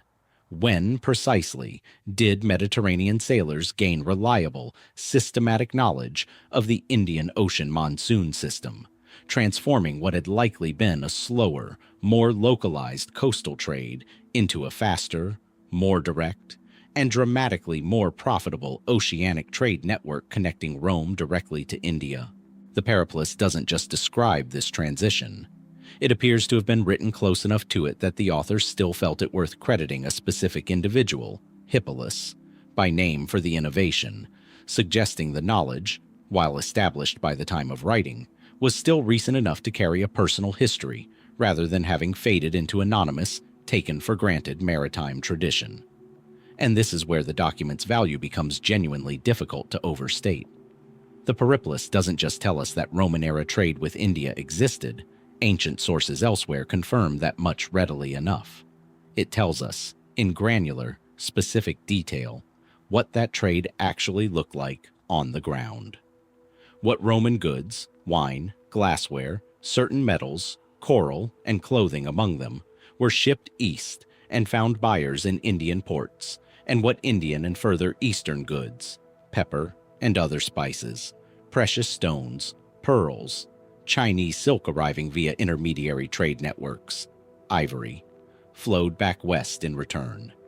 It describes specific Indian ports, including a significant trading center it calls Muziris, on India's southwestern coast, a location that archaeological work in the region has, in recent decades, worked to identify with increasing, though not universally settled, confidence, partly using the Periplus itself as a guide for where to look.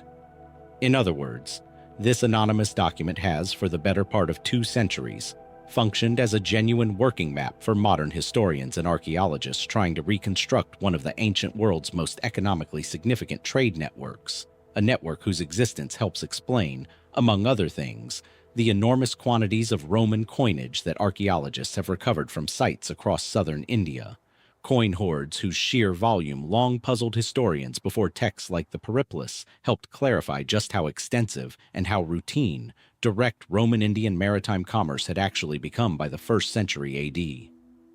Given all of this, given how detailed, how practically valuable, how evidently written by someone with real first-hand authority this document is, why don't we know who wrote it?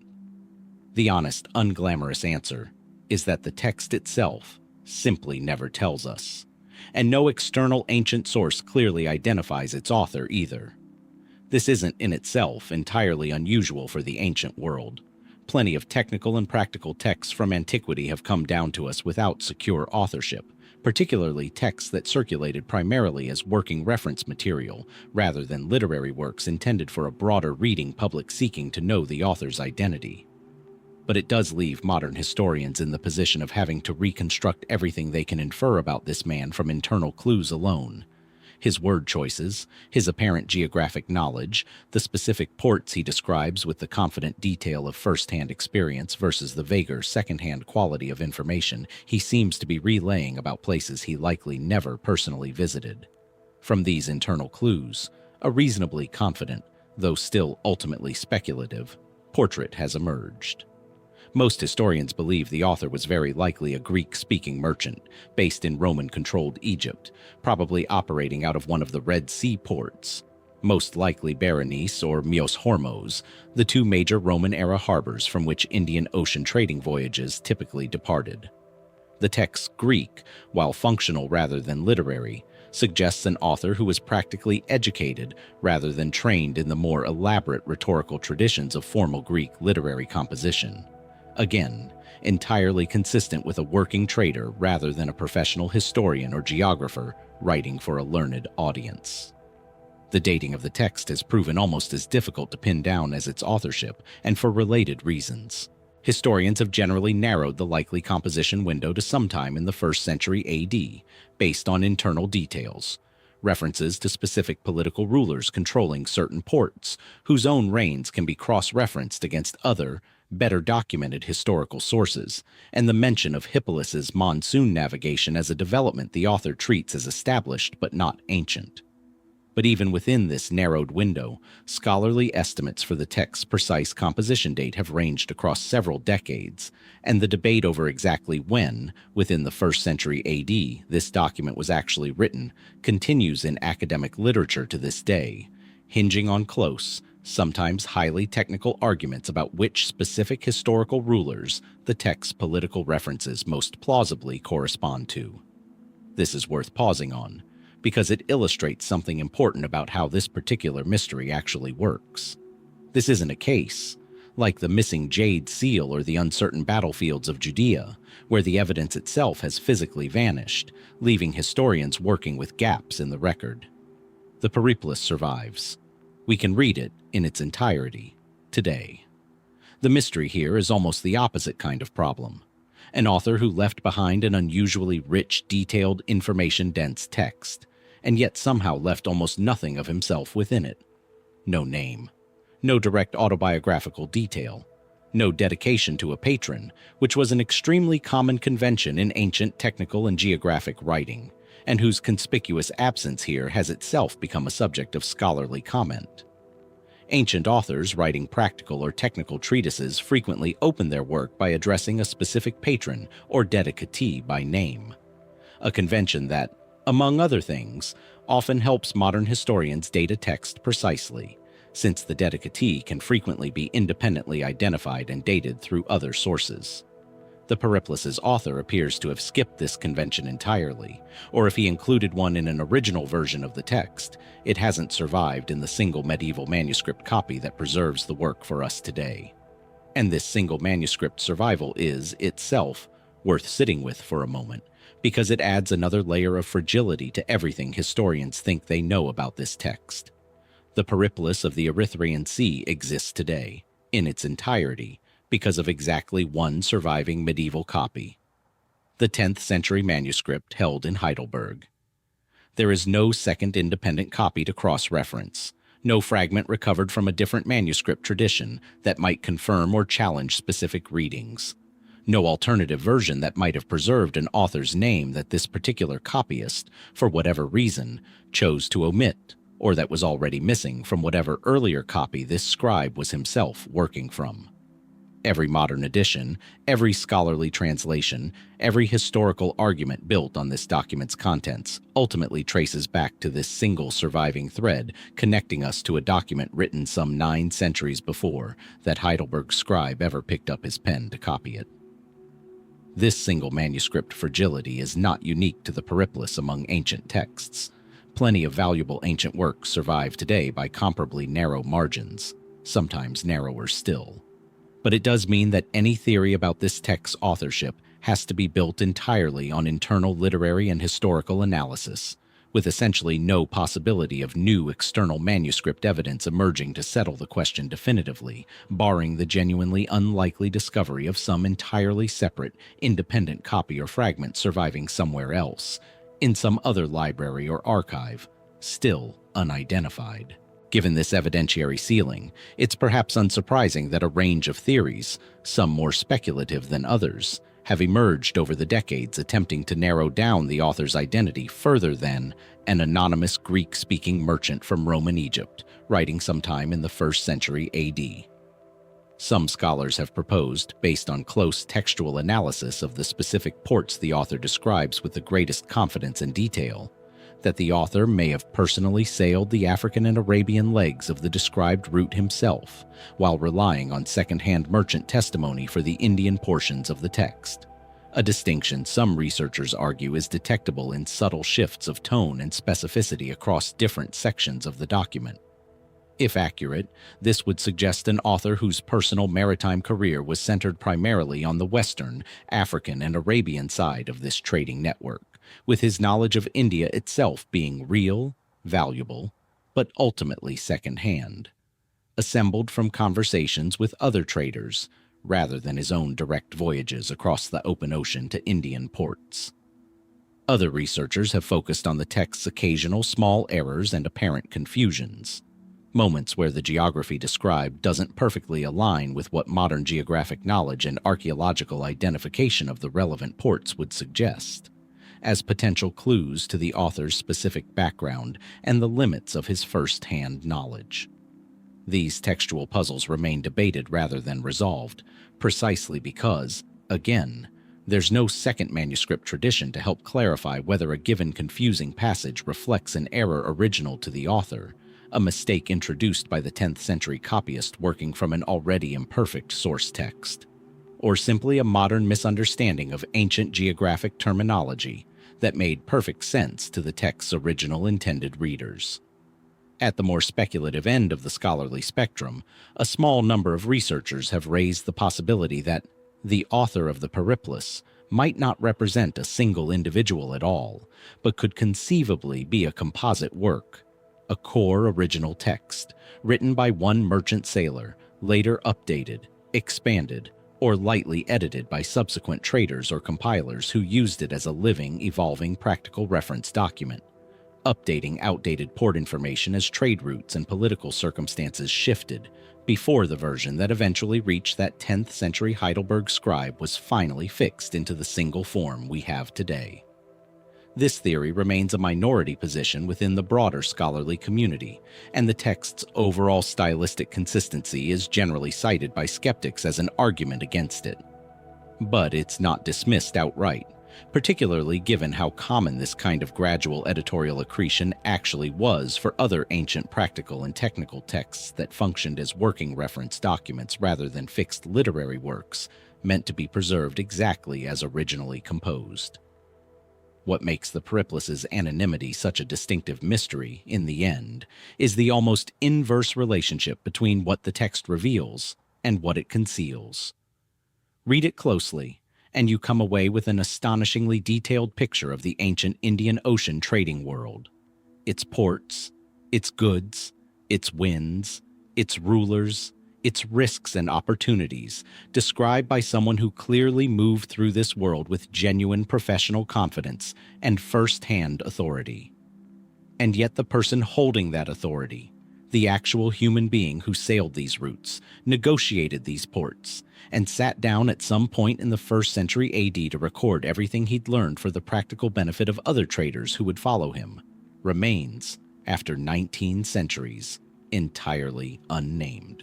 Perhaps that anonymity is, in its own quiet way, exactly what we should expect from a document written not for glory or literary posterity, but as a working tool, the ancient equivalent of a detailed trade manual, valued by its original intended readers, not for who wrote it, but for what it could tell them about how to survive and profit from one of the ancient world's most ambitious and lucrative trading networks. Whether the author himself would have found it strange, or simply unremarkable that his name failed to survive while his knowledge did, is a question we have no way of answering. But it leaves us with a peculiar kind of historical ghost, a man whose voice, expertise, and first-hand experience of a vanished trading world remain vividly, richly present on every page of a text that has outlived him by nearly 2,000 years. While the simplest fact about him, his own name, slipped away somewhere in the centuries between his own hand and that single surviving copy in Heidelberg, and shows at this point no sign of ever being recovered. On the banks of the Tiber in Rome, there stands a cylindrical fortress of ancient brick and medieval stone, known today as Castel Sant'Angelo.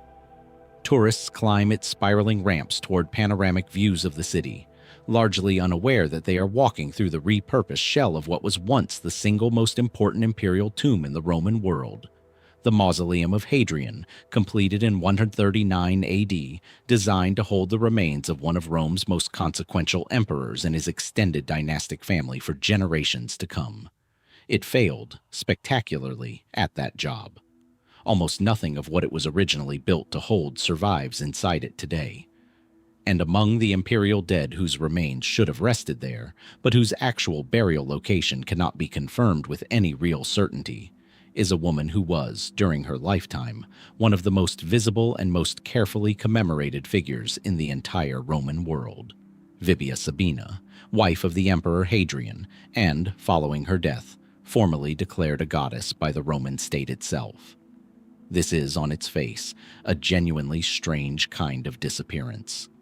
Sabina was not an obscure figure whose fate simply slipped through the cracks of inadequate record-keeping. She was Empress of Rome for over 2 decades. Her image appeared on coinage circulated across the entire empire.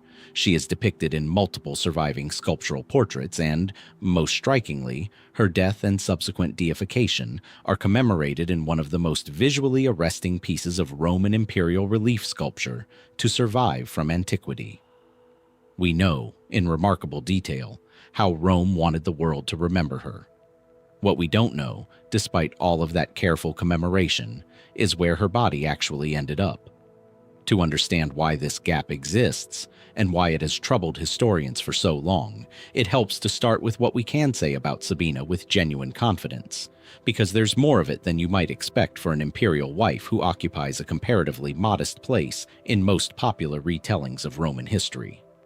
Vibia Sabina was born around 83 AD, a grandniece of the Emperor Trajan, and married to the future Emperor Hadrian in 100 AD, a marriage that, by most accounts ancient and modern, was arranged substantially for its dynastic and political value rather than out of any particular personal affection between the two parties. When Hadrian became emperor in 117 AD, Sabina became Empress, a position she would formally hold for roughly 2 decades, accompanying Hadrian, at least for portions of his reign, on some of the extensive travels that made him one of the most widely traveled emperors in Roman history, journeying through the provinces of an empire that, at its height under his rule, stretched from Britain to Mesopotamia. Her public image, as reflected in surviving portraiture and coinage, was carefully cultivated along fairly conventional lines for a Roman empress of this period, depicted with the dignified hairstyles and idealized features typical of imperial female portraiture, her image associated on coinage with virtues like harmony, modesty, and the stability of the imperial household. This is the version of Sabina the Roman state wanted circulated throughout the empire. A model empress, a steady dynastic anchor alongside a famously restless, endlessly traveling emperor. The private reality, according to several ancient sources, appears to have been considerably less harmonious. And this is where the first genuine complication in Sabina's story begins to surface.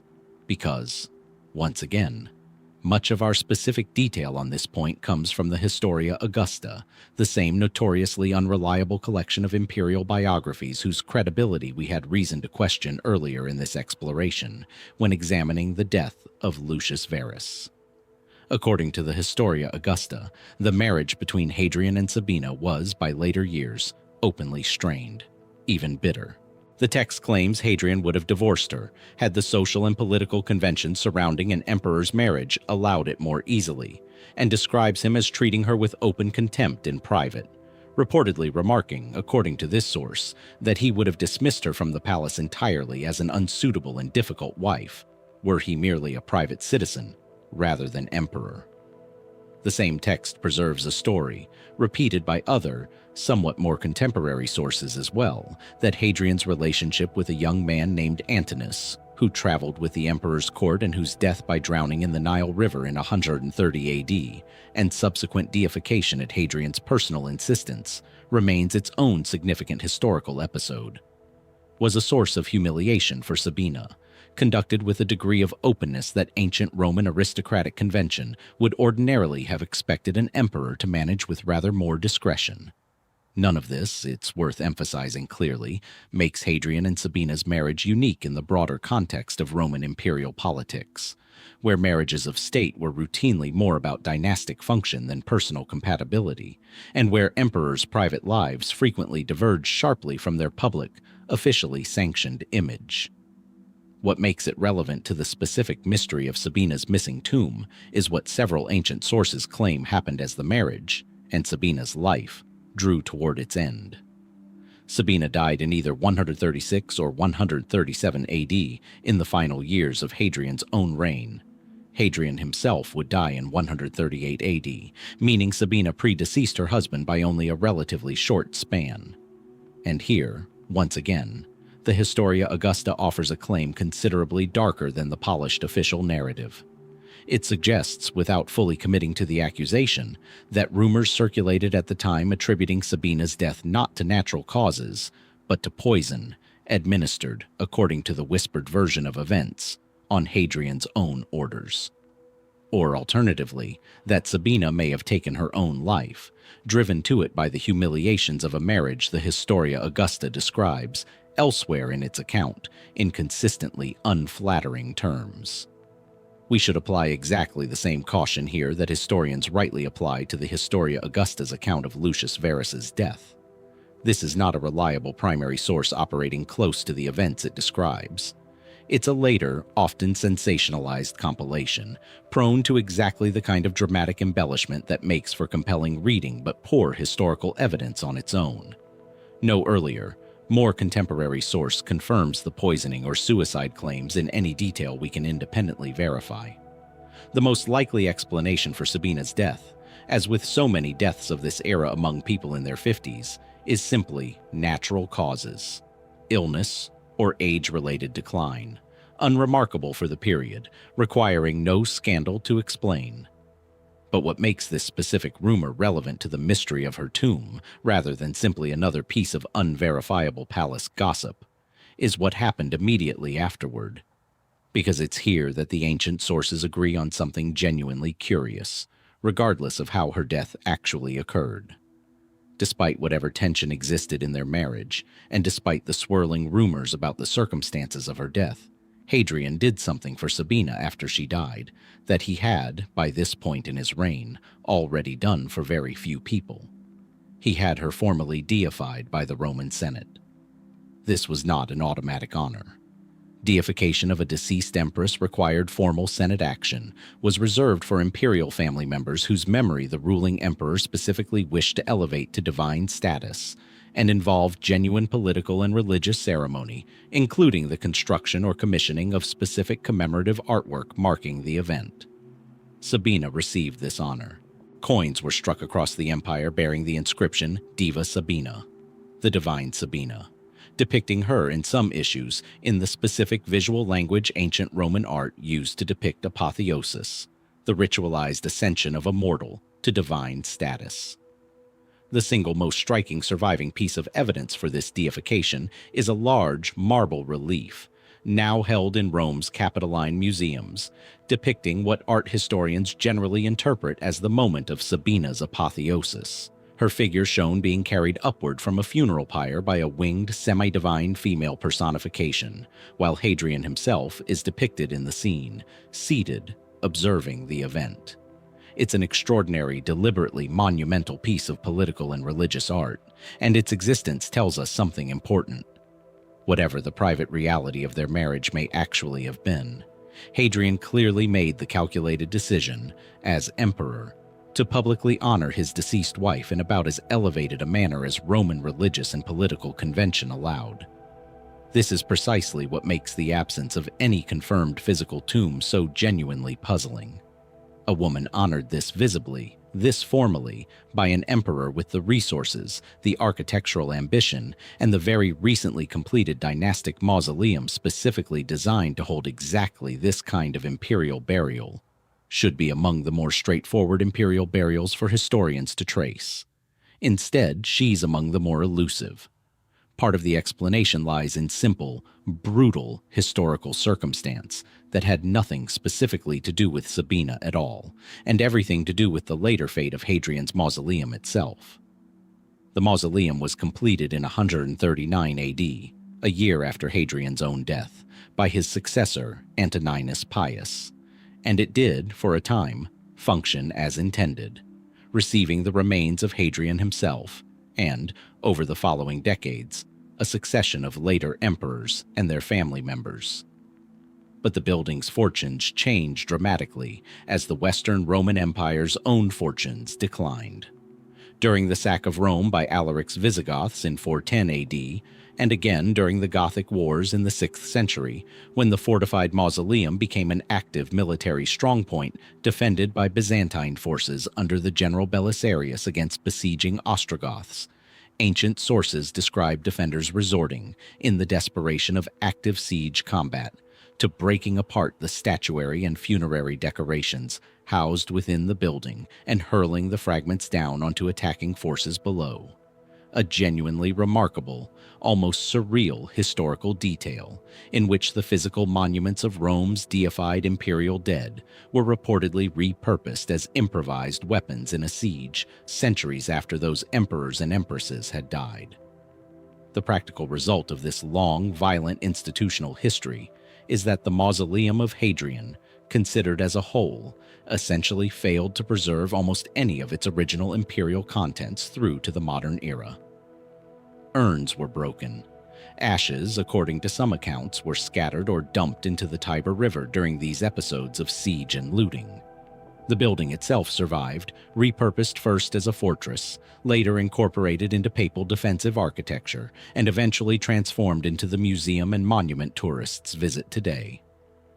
But as a functioning imperial tomb, preserving the specific identifiable remains of the individuals it was built to house, it was, for all practical archaeological purposes, emptied out centuries before modern historians or archaeologists ever had the chance to study it systematically. This broader institutional catastrophe means that Sabina's missing tomb isn't, strictly speaking, a mystery unique to her alone. Most of the imperial burials originally housed in Hadrian's mausoleum share the same basic problem: their specific remains lost somewhere in the building's turbulent medieval history, rather than surviving intact for modern identification. In that sense, the mainstream, unremarkable explanation for why we can't point to Sabina's specific tomb today is straightforward. It was very likely there once, in the mausoleum built by her husband, and was very likely lost, along with most of the building's other imperial contents, during the chaotic sieges and repurposing the structure endured across the following 15 centuries. And yet, even accepting this broadly satisfying institutional explanation, a few specific nagging uncertainties remain. Details that keep Sabina's case from being simply folded into the larger, more generic story of Hadrian's mausoleum's long decline. The first is that no ancient source, as far as modern scholarship has been able to identify, actually explicitly confirms that Sabina was buried in Hadrian's mausoleum in the first place. It's the overwhelmingly logical assumption. She was Empress. The mausoleum was completed essentially during this period of Hadrian's reign specifically to house his dynastic family, and no ancient source suggests any alternative burial location for her. But an assumption built on logical inference, however sound, is different from an explicit, confirmed textual or archaeological record, and historians examining Sabina's case have had to work almost entirely with the former rather than the latter. The second complication is more specific. and slightly stranger. The timing of Sabina's death, in 136 or 137 AD, means she died before the mausoleum itself was actually completed. Construction wasn't finished until 139 AD, after Hadrian's own death the previous year. This raises a genuinely interesting logistical question that ancient sources simply don't address. Where was Sabina's body, or her cremated remains, actually kept in the interim during the years between her death and the mausoleum's completion? Roman funerary practice for someone of her status would likely have involved some form of temporary interment or storage before any final placement in a permanent dynastic tomb. But no surviving source describes what that interim arrangement for Sabina specifically looked like, or confirms with certainty that her remains were, in fact, ultimately transferred into the completed mausoleum once it was finished, rather than remaining wherever they had initially been placed. This gap has left room for a range of theories, most of them modest and consistent with mainstream historical reconstruction, though a few venture into more speculative territory. The dominant, most widely accepted view remains that Sabina's remains were very likely transferred into Hadrian's mausoleum once it was completed, consistent with its evident purpose as the dynastic resting place for exactly this branch of the imperial family, and that her remains subsequently met the same fate as the mausoleum's other imperial contents during the building's later, more violent centuries. This explanation requires no scandal, no conspiracy, simply the well-documented, genuinely destructive history of a building that spent far more of its existence as a besieged fortress than as a peacefully maintained tomb. More speculative voices, working from the acknowledged gap in explicit documentation, have occasionally raised the possibility that Sabina's remains may never have been formally transferred into the mausoleum at all, that some interim arrangement, established in the immediate aftermath of her death while the mausoleum remained under construction, may have simply become permanent, either through administrative oversight, changed political circumstances following Hadrian's own death the following year, or some now untraceable decision made by Antoninus Pius's administration during the transition of power. If true, this would mean the search for Sabina's remains has, in a sense, been looking in the right general historical direction, but potentially the wrong specific building entirely, her actual final resting place lying somewhere else in Rome, undocumented, unidentified, and never subjected to the same violent institutional history that claimed the mausoleum's confirmed contents. This remains an unproven hypothesis rather than an established alternative, resting more on the absence of explicit confirming evidence for the conventional narrative than on any positive evidence pointing toward a specific alternative location. But it's a hypothesis that persists, in part, precisely because Sabina's case sits at an unusually documented intersection of public honor and private uncertainty. We have her face, carved in marble, in multiple surviving portraits. We have her name, stamped onto coins circulated across an empire that stretched from one edge of the known world to the other.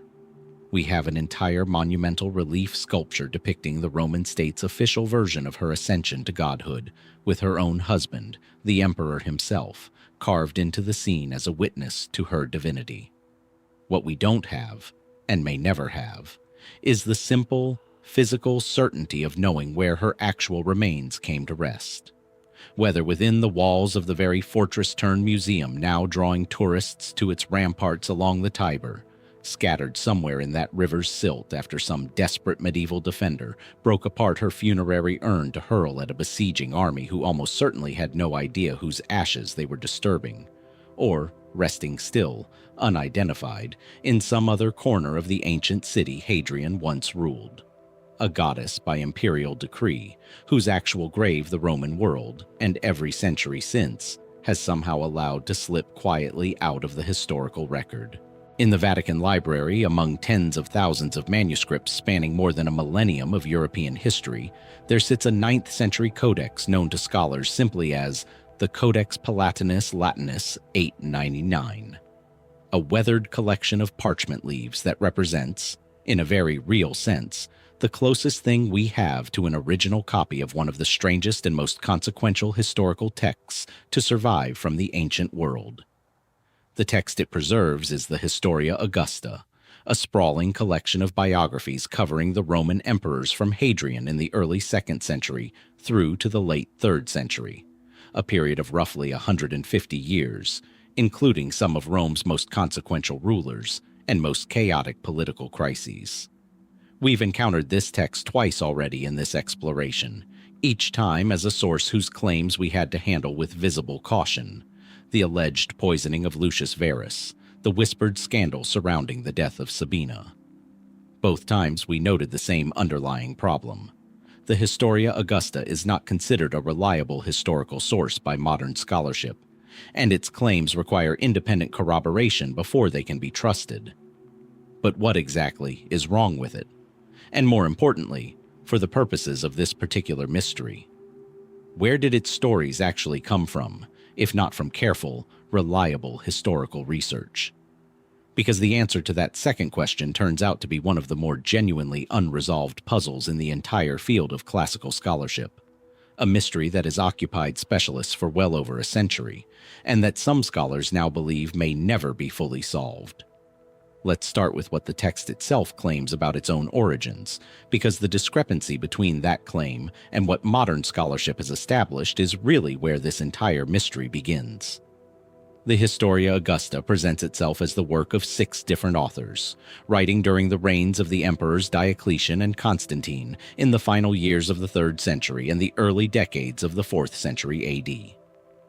Each individual biography, or group of biographies, is attributed by name to one of these 6 supposed authors, figures with names like Aelius Spartianus, Julius Capitolinus, and Trebellius Pollio, among others. The text further claims at various points to be drawing on earlier, more contemporary sources, citing by name historians and biographers whose work would have been written far closer to the actual events being described, lending the overall collection an appearance of careful, well-sourced scholarship, assembled by multiple hands working from a rich body of now lost earlier material. If this self-description were accurate, the Historia Augusta would be an extraordinarily valuable historical resource. 6 independent, roughly contemporary authors, writing within a few decades of the last events they describe, drawing on an even earlier layer of sources that have since been lost to us, but whose content would have been preserved at least in part through these 6 authors' use of them. It is not, according to the overwhelming consensus of modern scholarship, remotely accurate. The unraveling of the Historia Augusta's claimed origins began in earnest in the late 19th and early 20th centuries, as classical scholars started applying increasingly rigorous techniques of textual and linguistic analysis to ancient documents, methods that could examine word choice, sentence structure, grammatical habits, and stylistic tendencies across a text with a precision that earlier generations of scholars simply hadn't had the tools to apply. When these methods were turned on the Historia Augusta, the results were striking. Despite being credited to 6 supposedly distinct authors, writing across a claimed span of several decades, the text displayed a consistency of style, vocabulary, and habitual linguistic quirks that, according to the majority of scholars who have studied the question since, is extremely difficult to reconcile with genuine multiple authorship. The 6 named authors, in other words, appear to write suspiciously like the same person. This single observation, reinforced and refined by successive generations of scholars using increasingly sophisticated methods, forms the foundation of what's now the dominant scholarly position: that the Historia Augusta was almost certainly written by a single anonymous author, who then attributed his work to 6 fictional or semi-fictional biographer personas, for reasons that remain themselves a subject of ongoing scholarly debate. The dating puzzle compounds this problem further.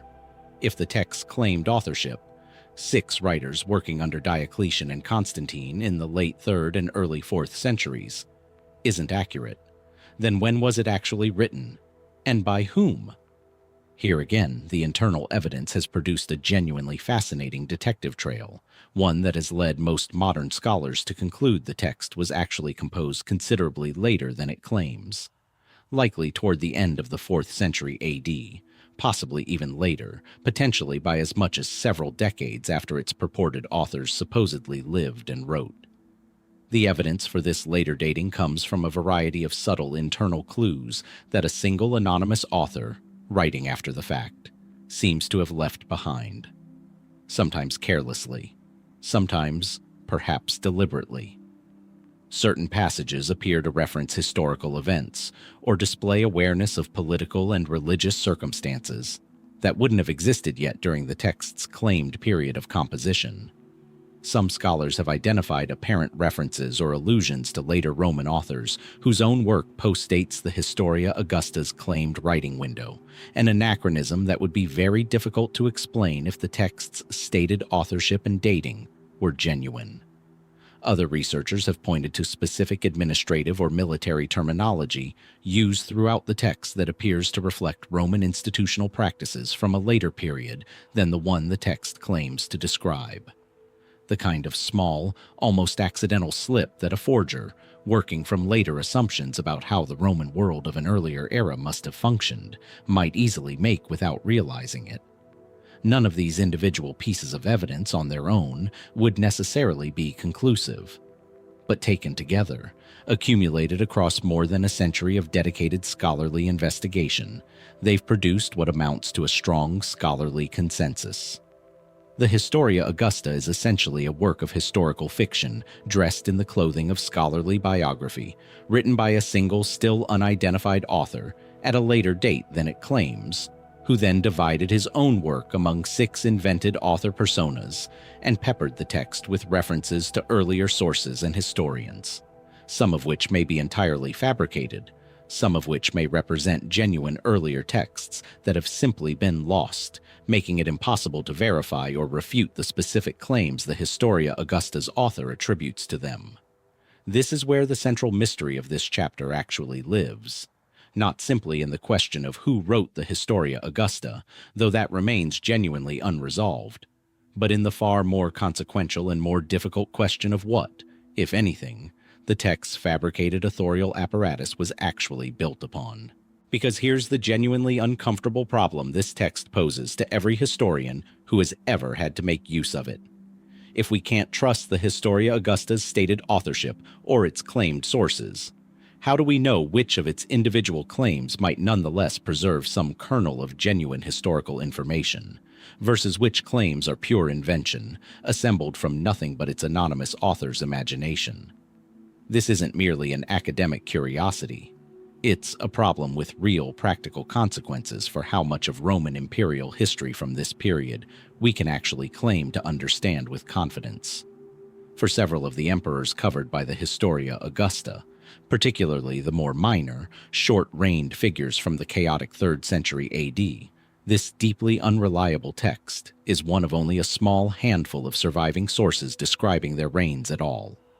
Strip away the Historia Augusta's testimony entirely, and our knowledge of certain Roman emperors would shrink dramatically, in some cases to little more than a name, a rough date range, and whatever fragments survive on coins or in scattered inscriptions. Historians are, in other words, stuck in a genuinely difficult position. They can't fully trust this source, but for some stretches of Roman history, they also can't simply discard it, because doing so would leave gaps in the historical record with almost nothing else available to fill them. So how have historians actually approached this problem? The general scholarly method, developed and refined over generations of study, involves treating each individual claim within the Historia Augusta on its own merits, weighing it against whatever independent corroborating evidence might exist elsewhere. Other ancient authors, inscriptions, coins, archaeological material, and adjusting confidence accordingly. Claims that align with or are directly supported by other independent sources are generally treated as more likely to preserve some genuine historical kernel, even if the specific details or framing the Historia Augusta provides can't be fully trusted. Claims that appear nowhere else, particularly claims involving exactly the kind of scandalous, dramatic, tabloid-style material we've encountered twice already in this series. Poison plots, sexual scandal, conspiracy, are treated with considerably more skepticism, precisely because this is exactly the kind of material a later author, writing embellished historical fiction rather than careful biography, would be most inclined to invent for dramatic effect. But this case-by-case method, however methodologically sound, doesn't actually resolve the deeper mystery at the heart of this text. It simply manages the uncertainty rather than eliminating it. Because the honest, sometimes uncomfortable truth is that for a great many individual claims within the Historia Augusta, we simply don't have enough independent corroborating evidence to confidently sort fact from fiction. We're left in these cases with informed judgment rather than certainty, historians making their best assessment of plausibility based on the broader context of what they know about the Roman world during this period, rather than being able to point to solid, independent confirming evidence one way or the other. This uncertainty has, understandably, generated its own body of scholarly speculation about who this anonymous author actually was, and why he undertook such an elaborate, sustained act of literary fabrication in the first place. Questions that remain genuinely, actively debated among specialists today, without any single theory having achieved the kind of decisive scholarly consensus that surrounds the question of single authorship itself. One prominent line of scholarly thought holds that the Historia Augusta's author was working, at least in part, as a kind of political and religious satirist, using the biographical format as cover for material intended to comment, sometimes quite pointedly, on the political and religious controversies of his own later era. An era, if the later dating is correct, potentially overlapping with dramatic religious transformations within the Roman Empire, including the empire's gradual shift toward Christianity following Constantine's reign. Under this interpretation, certain passages within the text that read, to modern eyes, as bizarre digressions or oddly specific jokes embedded within otherwise straightforward biographical material, may actually represent deliberate, layered commentary aimed at an audience sophisticated enough to recognize references and allusions that have simply become invisible to us, separated as we are from that audience by over 16 centuries of lost context. If this theory is correct, the Historia Augusta wasn't simply sloppy or careless history. It was something considerably stranger. Serious-sounding fiction, deliberately performing the conventions of scholarly biography, aimed at readers who were expected to recognize the performance for what it was, on a joke that history itself has, over the centuries, largely forgotten how to read. A different, though not necessarily incompatible, line of scholarly thought focuses less on satire and more on simple practical motive, suggesting the author may have been engaged in a more straightforward, if audacious, act of literary fraud, deliberately fabricating the appearance of 6 earlier, more authoritative sources specifically to lend his own work a credibility and an apparent depth of research it wouldn't otherwise have possessed, whether for financial gain, professional reputation, or simply the satisfaction of successfully pulling off an elaborate deception. Ancient literary forgery, it's worth noting, was not remotely as rare a phenomenon as modern readers might assume. The ancient world produced a considerable body of texts falsely attributed to famous or authoritative names, for reasons ranging from genuine deception to more complex literary conventions around pseudonymous writing that don't map cleanly onto modern ideas about authorship and intellectual honesty. Under this reading, the Historia Augusta represents simply an unusually ambitious, unusually successful example of a broader ancient practice, one whose author happened to be skilled enough, or fortunate enough, that his fabrication survived and was taken at face value for well over 1,000 years before modern scholarly methods finally caught up with it. Still, other researchers have proposed more speculative theories about the text's underlying sources specifically. The question of whether, buried beneath the invented authorial personas and fabricated citations, some genuine earlier material might actually survive, preserved, however imperfectly, within the Historia Augusta's pages. This remains one of the most genuinely difficult and contested questions in the entire field. Some scholars have pointed to specific passages, particularly those covering the better documented, more prominent emperors of the period, where the Historia Augusta's account aligns closely enough with other independent sources that some degree of genuine underlying historical material seems likely to be present, however heavily reworked, dramatized, or reorganized by the text's actual, later author. Other passages, particularly those covering the more obscure, less independently documented figures, especially the numerous short-lived claimants to power during the particularly chaotic mid-3rd century crisis period, sometimes referred to as the Era of the 30 Tyrants, a group whose very existence, in some cases, is attested to us almost exclusively through the Historia Augusta itself, remain far more genuinely uncertain, with some scholars suspecting that certain figures described in considerable biographical detail may have been substantially invented, embellished from little more than a name found in some genuine but now lost fragmentary source, or, in the most extreme proposed cases, possibly invented outright by the anonymous author, with no genuine historical figure behind the name at all. This last possibility is genuinely difficult to resolve one way or the other, and it illustrates, as clearly as anything in this exploration so far, just how deep the uncertainty here actually runs.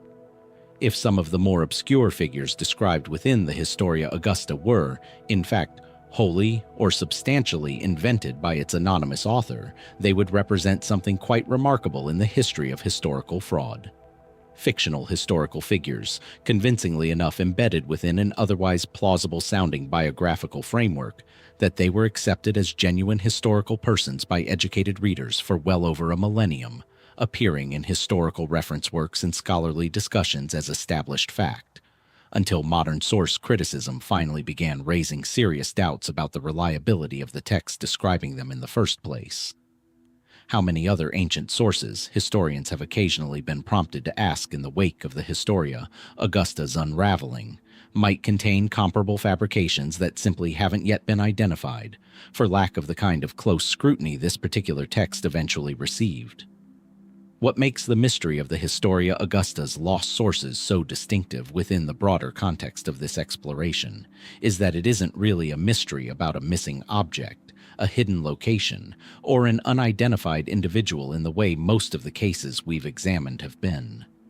It's a mystery about the reliability of memory itself, about how confidently we can ever really know where a piece of historical information actually came from, once it's been filtered through the hands of an author whose own identity, motives, and working methods remain, after more than a century of dedicated scholarly investigation, still fundamentally unresolved. Every other mystery in this exploration has involved historians working to recover something that was lost. This one involves historians working to figure out how much of what was never actually lost, because it survived intact in a manuscript we can hold and read today, can actually be trusted as real in the first place. Modern scholarship continues to chip away at this problem using increasingly sophisticated computational and linguistic analysis techniques that would have been unavailable to the scholars who first began seriously questioning the text's origins over a century ago.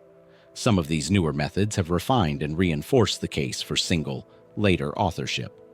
None of them so far have definitively identified who that author actually was, or produced a reliable, universally accepted method for separating whatever genuine historical material might still be preserved somewhere within the text from the material its author simply invented. The Historia Augusta remains, in this sense, a document hiding in plain sight, fully preserved, fully legible, and yet still keeping its most fundamental secret. Not what it says, which we can read for ourselves on any page, but where what it says actually came from, and how much of it, if any, was ever true at all. In a tomb at Mawangdui, in central China, sealed sometime in the 2nd century BC, and left undisturbed for over 2,000 years until Chinese archaeologists opened it in the early 1970s, excavators found something that would have seemed almost impossible to the Roman world on the opposite end of the Eurasian continent. Silk gauze so fine, so extraordinarily lightweight, that a full-length robe woven from it weighed barely more than a modern ounce. It is, even now, considered one of the most technically accomplished textile achievements to survive from the ancient world. Proof, in physical form, of a manufacturing tradition already many centuries mature by the time it was woven.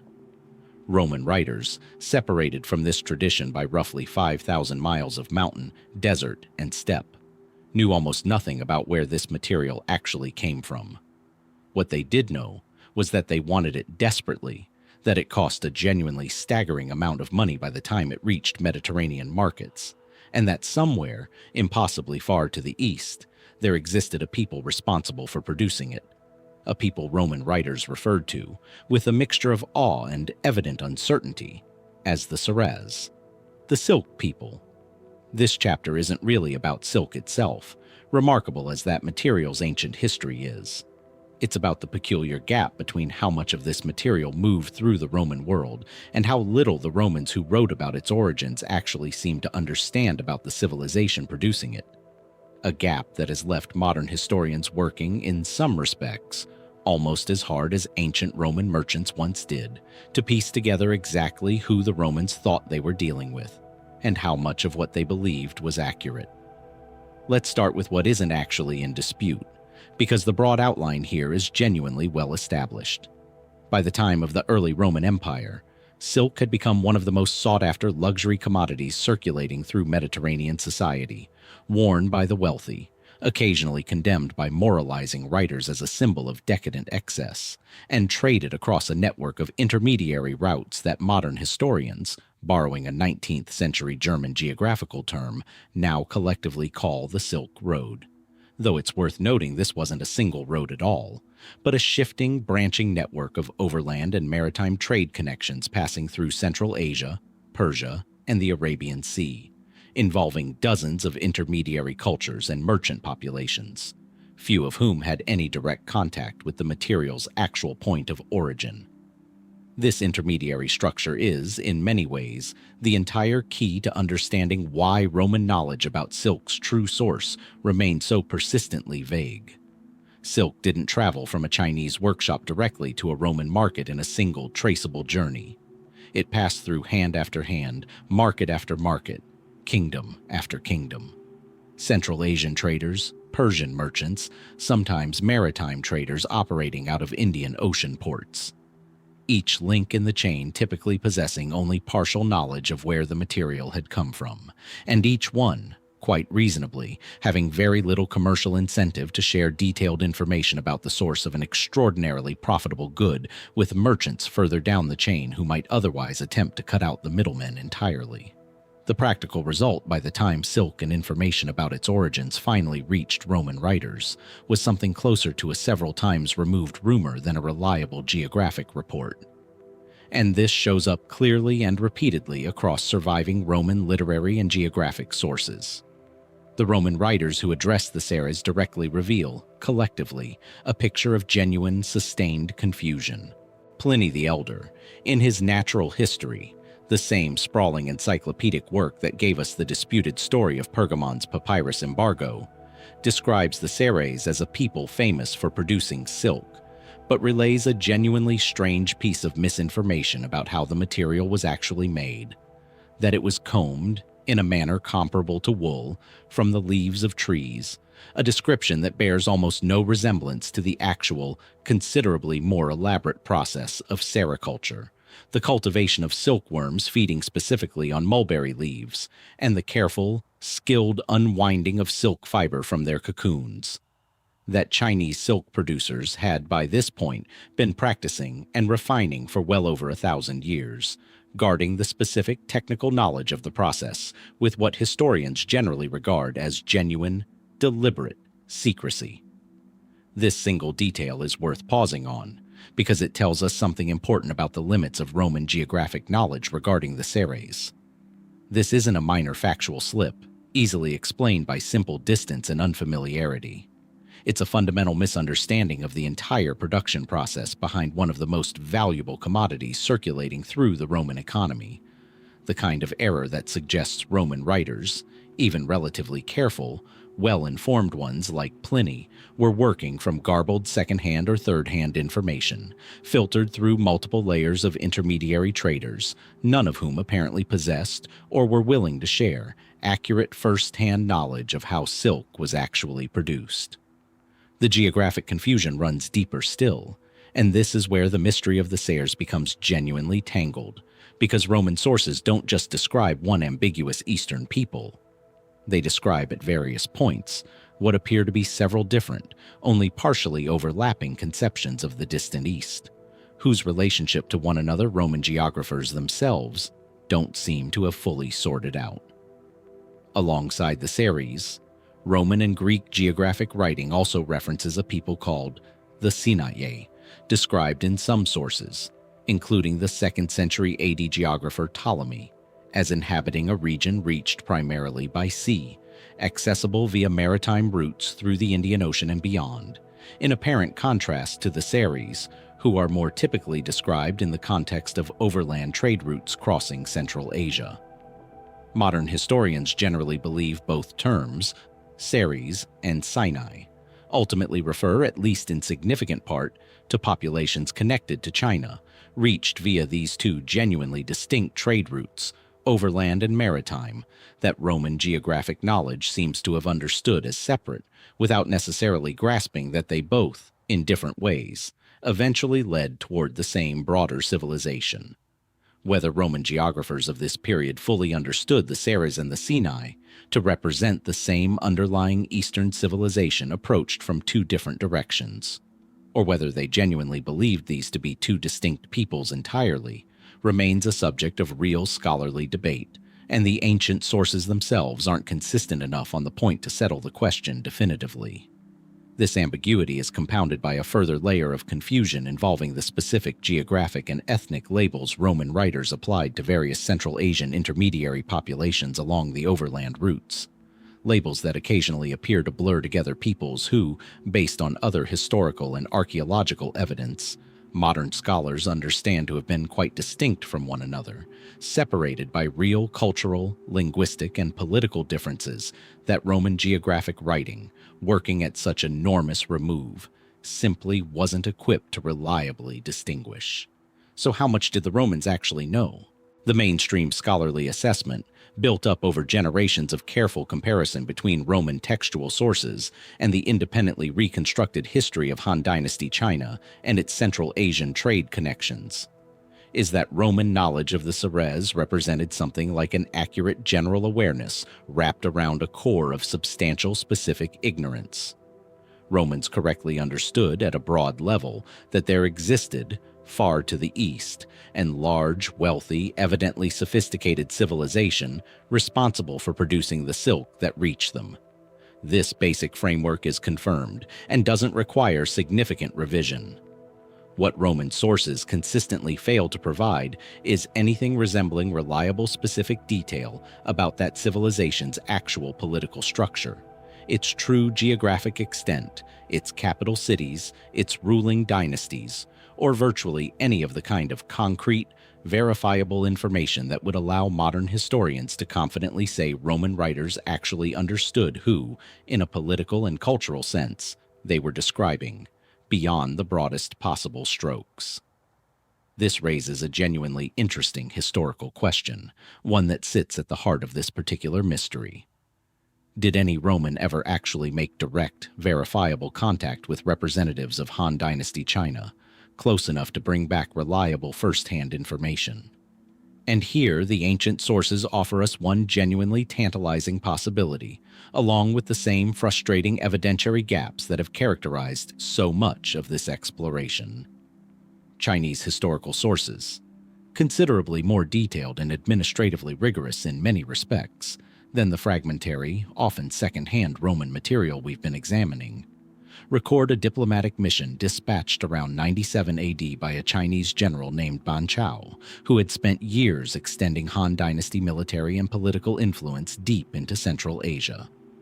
According to the Chinese historical record, Ban Chao sent an envoy named Gan Ying westward with instructions to make contact with Rome itself, referred to in Chinese sources by a name, Da Qin, that Chinese writers seem to have used somewhat similarly to how Roman writers used Ceres, as a broad, imperfectly understood label for a distant, powerful civilization known primarily through trade rumor rather than direct political contact.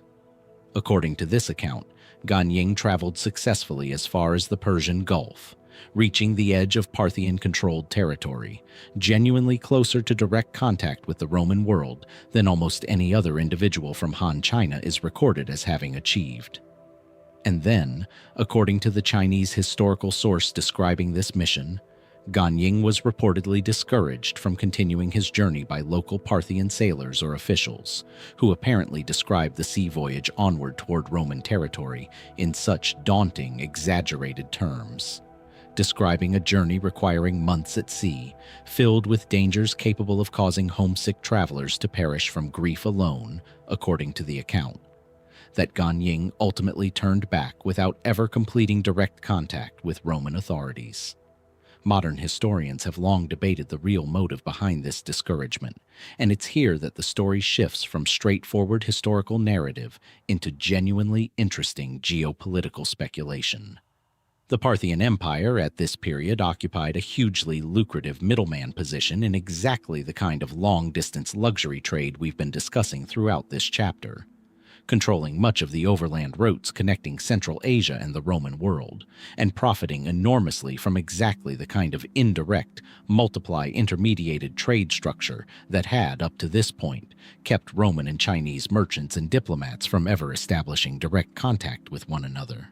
A number of historians have proposed that Parthian officials may have had very good, self-interested commercial reasons to discourage a Han-Chinese diplomatic mission from establishing direct contact with Rome, since successful direct contact between these two great empires might well have threatened to cut Parthia out of a trade relationship from which it was, at the time, profiting enormously as the essential middleman. This remains an inference rather than a directly confirmed motive. No surviving source explicitly states that Parthian officials deliberately sabotaged Ganying's mission for these specific commercial reasons. But the underlying logic is difficult to dismiss, and it fits a broader pattern visible throughout this entire chapter. At every level of this vast, valuable trading network connecting Rome and China, intermediary populations had genuine, powerful commercial incentives to keep the two great powers at either end of the network from ever fully understanding one another, or worse, from establishing a direct relationship that might cut out the middlemen who had, for generations, been profiting handsomely from exactly this kind of managed uncertainty. If this interpretation is correct, then the persistent confusion in Roman sources about the true identity, geography, and political structure of the Ceres wasn't simply a passive consequence of distance and difficult travel. It may have been, at least in part, an actively maintained condition, a fog of managed ignorance, sustained across generations by intermediary traders and political powers who had every commercial reason to keep both Rome and China guessing about exactly who was on the other end of a trade relationship worth, by some modern estimates, an absolutely staggering proportion of the entire Roman economy's precious metal outflow as gold and silver coinage steadily drained eastward in exchange for silk and other Asian luxury goods. A pattern serious enough that several Roman writers, including Pliny the Elder himself, complained openly about the drain this trade imbalance was placing on the empire's finances. Beyond the Banqiao and Ganying episode, Roman and Chinese sources occasionally reference other possible points of more direct contact, though these remain, if anything, even more uncertain and debated among specialists than the Ganying mission. Chinese historical records from later in the 2nd century AD mention the arrival of envoys claiming to represent a Roman ruler referred to as Andun, a name most historians believe likely corresponds to Marcus Aurelius, whose full name included the element Antoninus, arriving via a maritime route and presenting gifts to the Chinese imperial court. Whether this mission represented genuine official Roman diplomacy, or, as a number of historians have proposed as perhaps the more likely explanation, opportunistic merchants who simply claimed official diplomatic status to gain more favorable treatment and access at the Chinese court, is impossible to determine with confidence from the surviving Chinese source alone, which provides no independent Roman corroboration and relatively little detail about the mission's actual composition or authenticity. This pattern, tantalizing hints of contact, filtered entirely through one side's records, with no independent corroboration surviving from the other civilization involved, repeats often enough across the surviving evidence that it's become something of a defining characteristic of this entire historical puzzle. Rome and Han China existed for centuries as the two largest, wealthiest civilizations on the Eurasian landmass, connected by a trade network sophisticated enough to move enormous quantities of luxury goods across thousands of miles with real commercial reliability, and yet apparently never achieved anything resembling full, direct, mutually verified contact between their respective governments, each civilization understanding the other largely through fragments, rumors, and the inevitably distorted commercially motivated accounts of the many intermediary populations standing between them. What, then, can we actually say with confidence about the true identity of the Ceres, the Silk people of Roman literature? We can say with real confidence that the label refers at its core to the civilization of Han Dynasty China. This basic identification is not seriously disputed by modern historians, and the physical trade goods themselves, along with the broad chronological and geographic patterns visible in both Roman and Chinese historical sources, support this identification clearly. What remains genuinely uncertain, and likely permanently so, is the finer-grained question of exactly how much accurate information about that civilization ever actually reached Roman writers in any reliable, verifiable form. How much of what educated Romans believed about the distant people producing their most treasured luxury, textile, was genuine knowledge, filtered but essentially accurate, and how much was distortion, invention, or convenient misdirection introduced somewhere along a trade route stretching across multiple empires, none of whom, it increasingly appears, had any particular interest in letting Rome and China see each other clearly. It's a strange kind of historical mystery to sit with, in some ways stranger than a missing tomb or an anonymous author, because it isn't really about anything being lost. Han Dynasty. China was never lost. It's one of the best documented civilizations of the ancient world, extensively described in its own extraordinarily rich historical record. Rome similarly requires no rediscovery. What was lost, if anything, was simply the possibility of a clear, direct, mutual understanding between them. An understanding that seems to have been quietly, perhaps deliberately, filtered out of existence somewhere in the crowded markets and mountain passes of Central Asia by generations of intermediary traders who profited handsomely from ensuring that the silk kept moving west, the gold kept moving east, and the two great civilizations at either end of that exchange kept relying, for the whole of their overlapping histories, on rumor and inference, rather than ever quite managing to see one another face to face.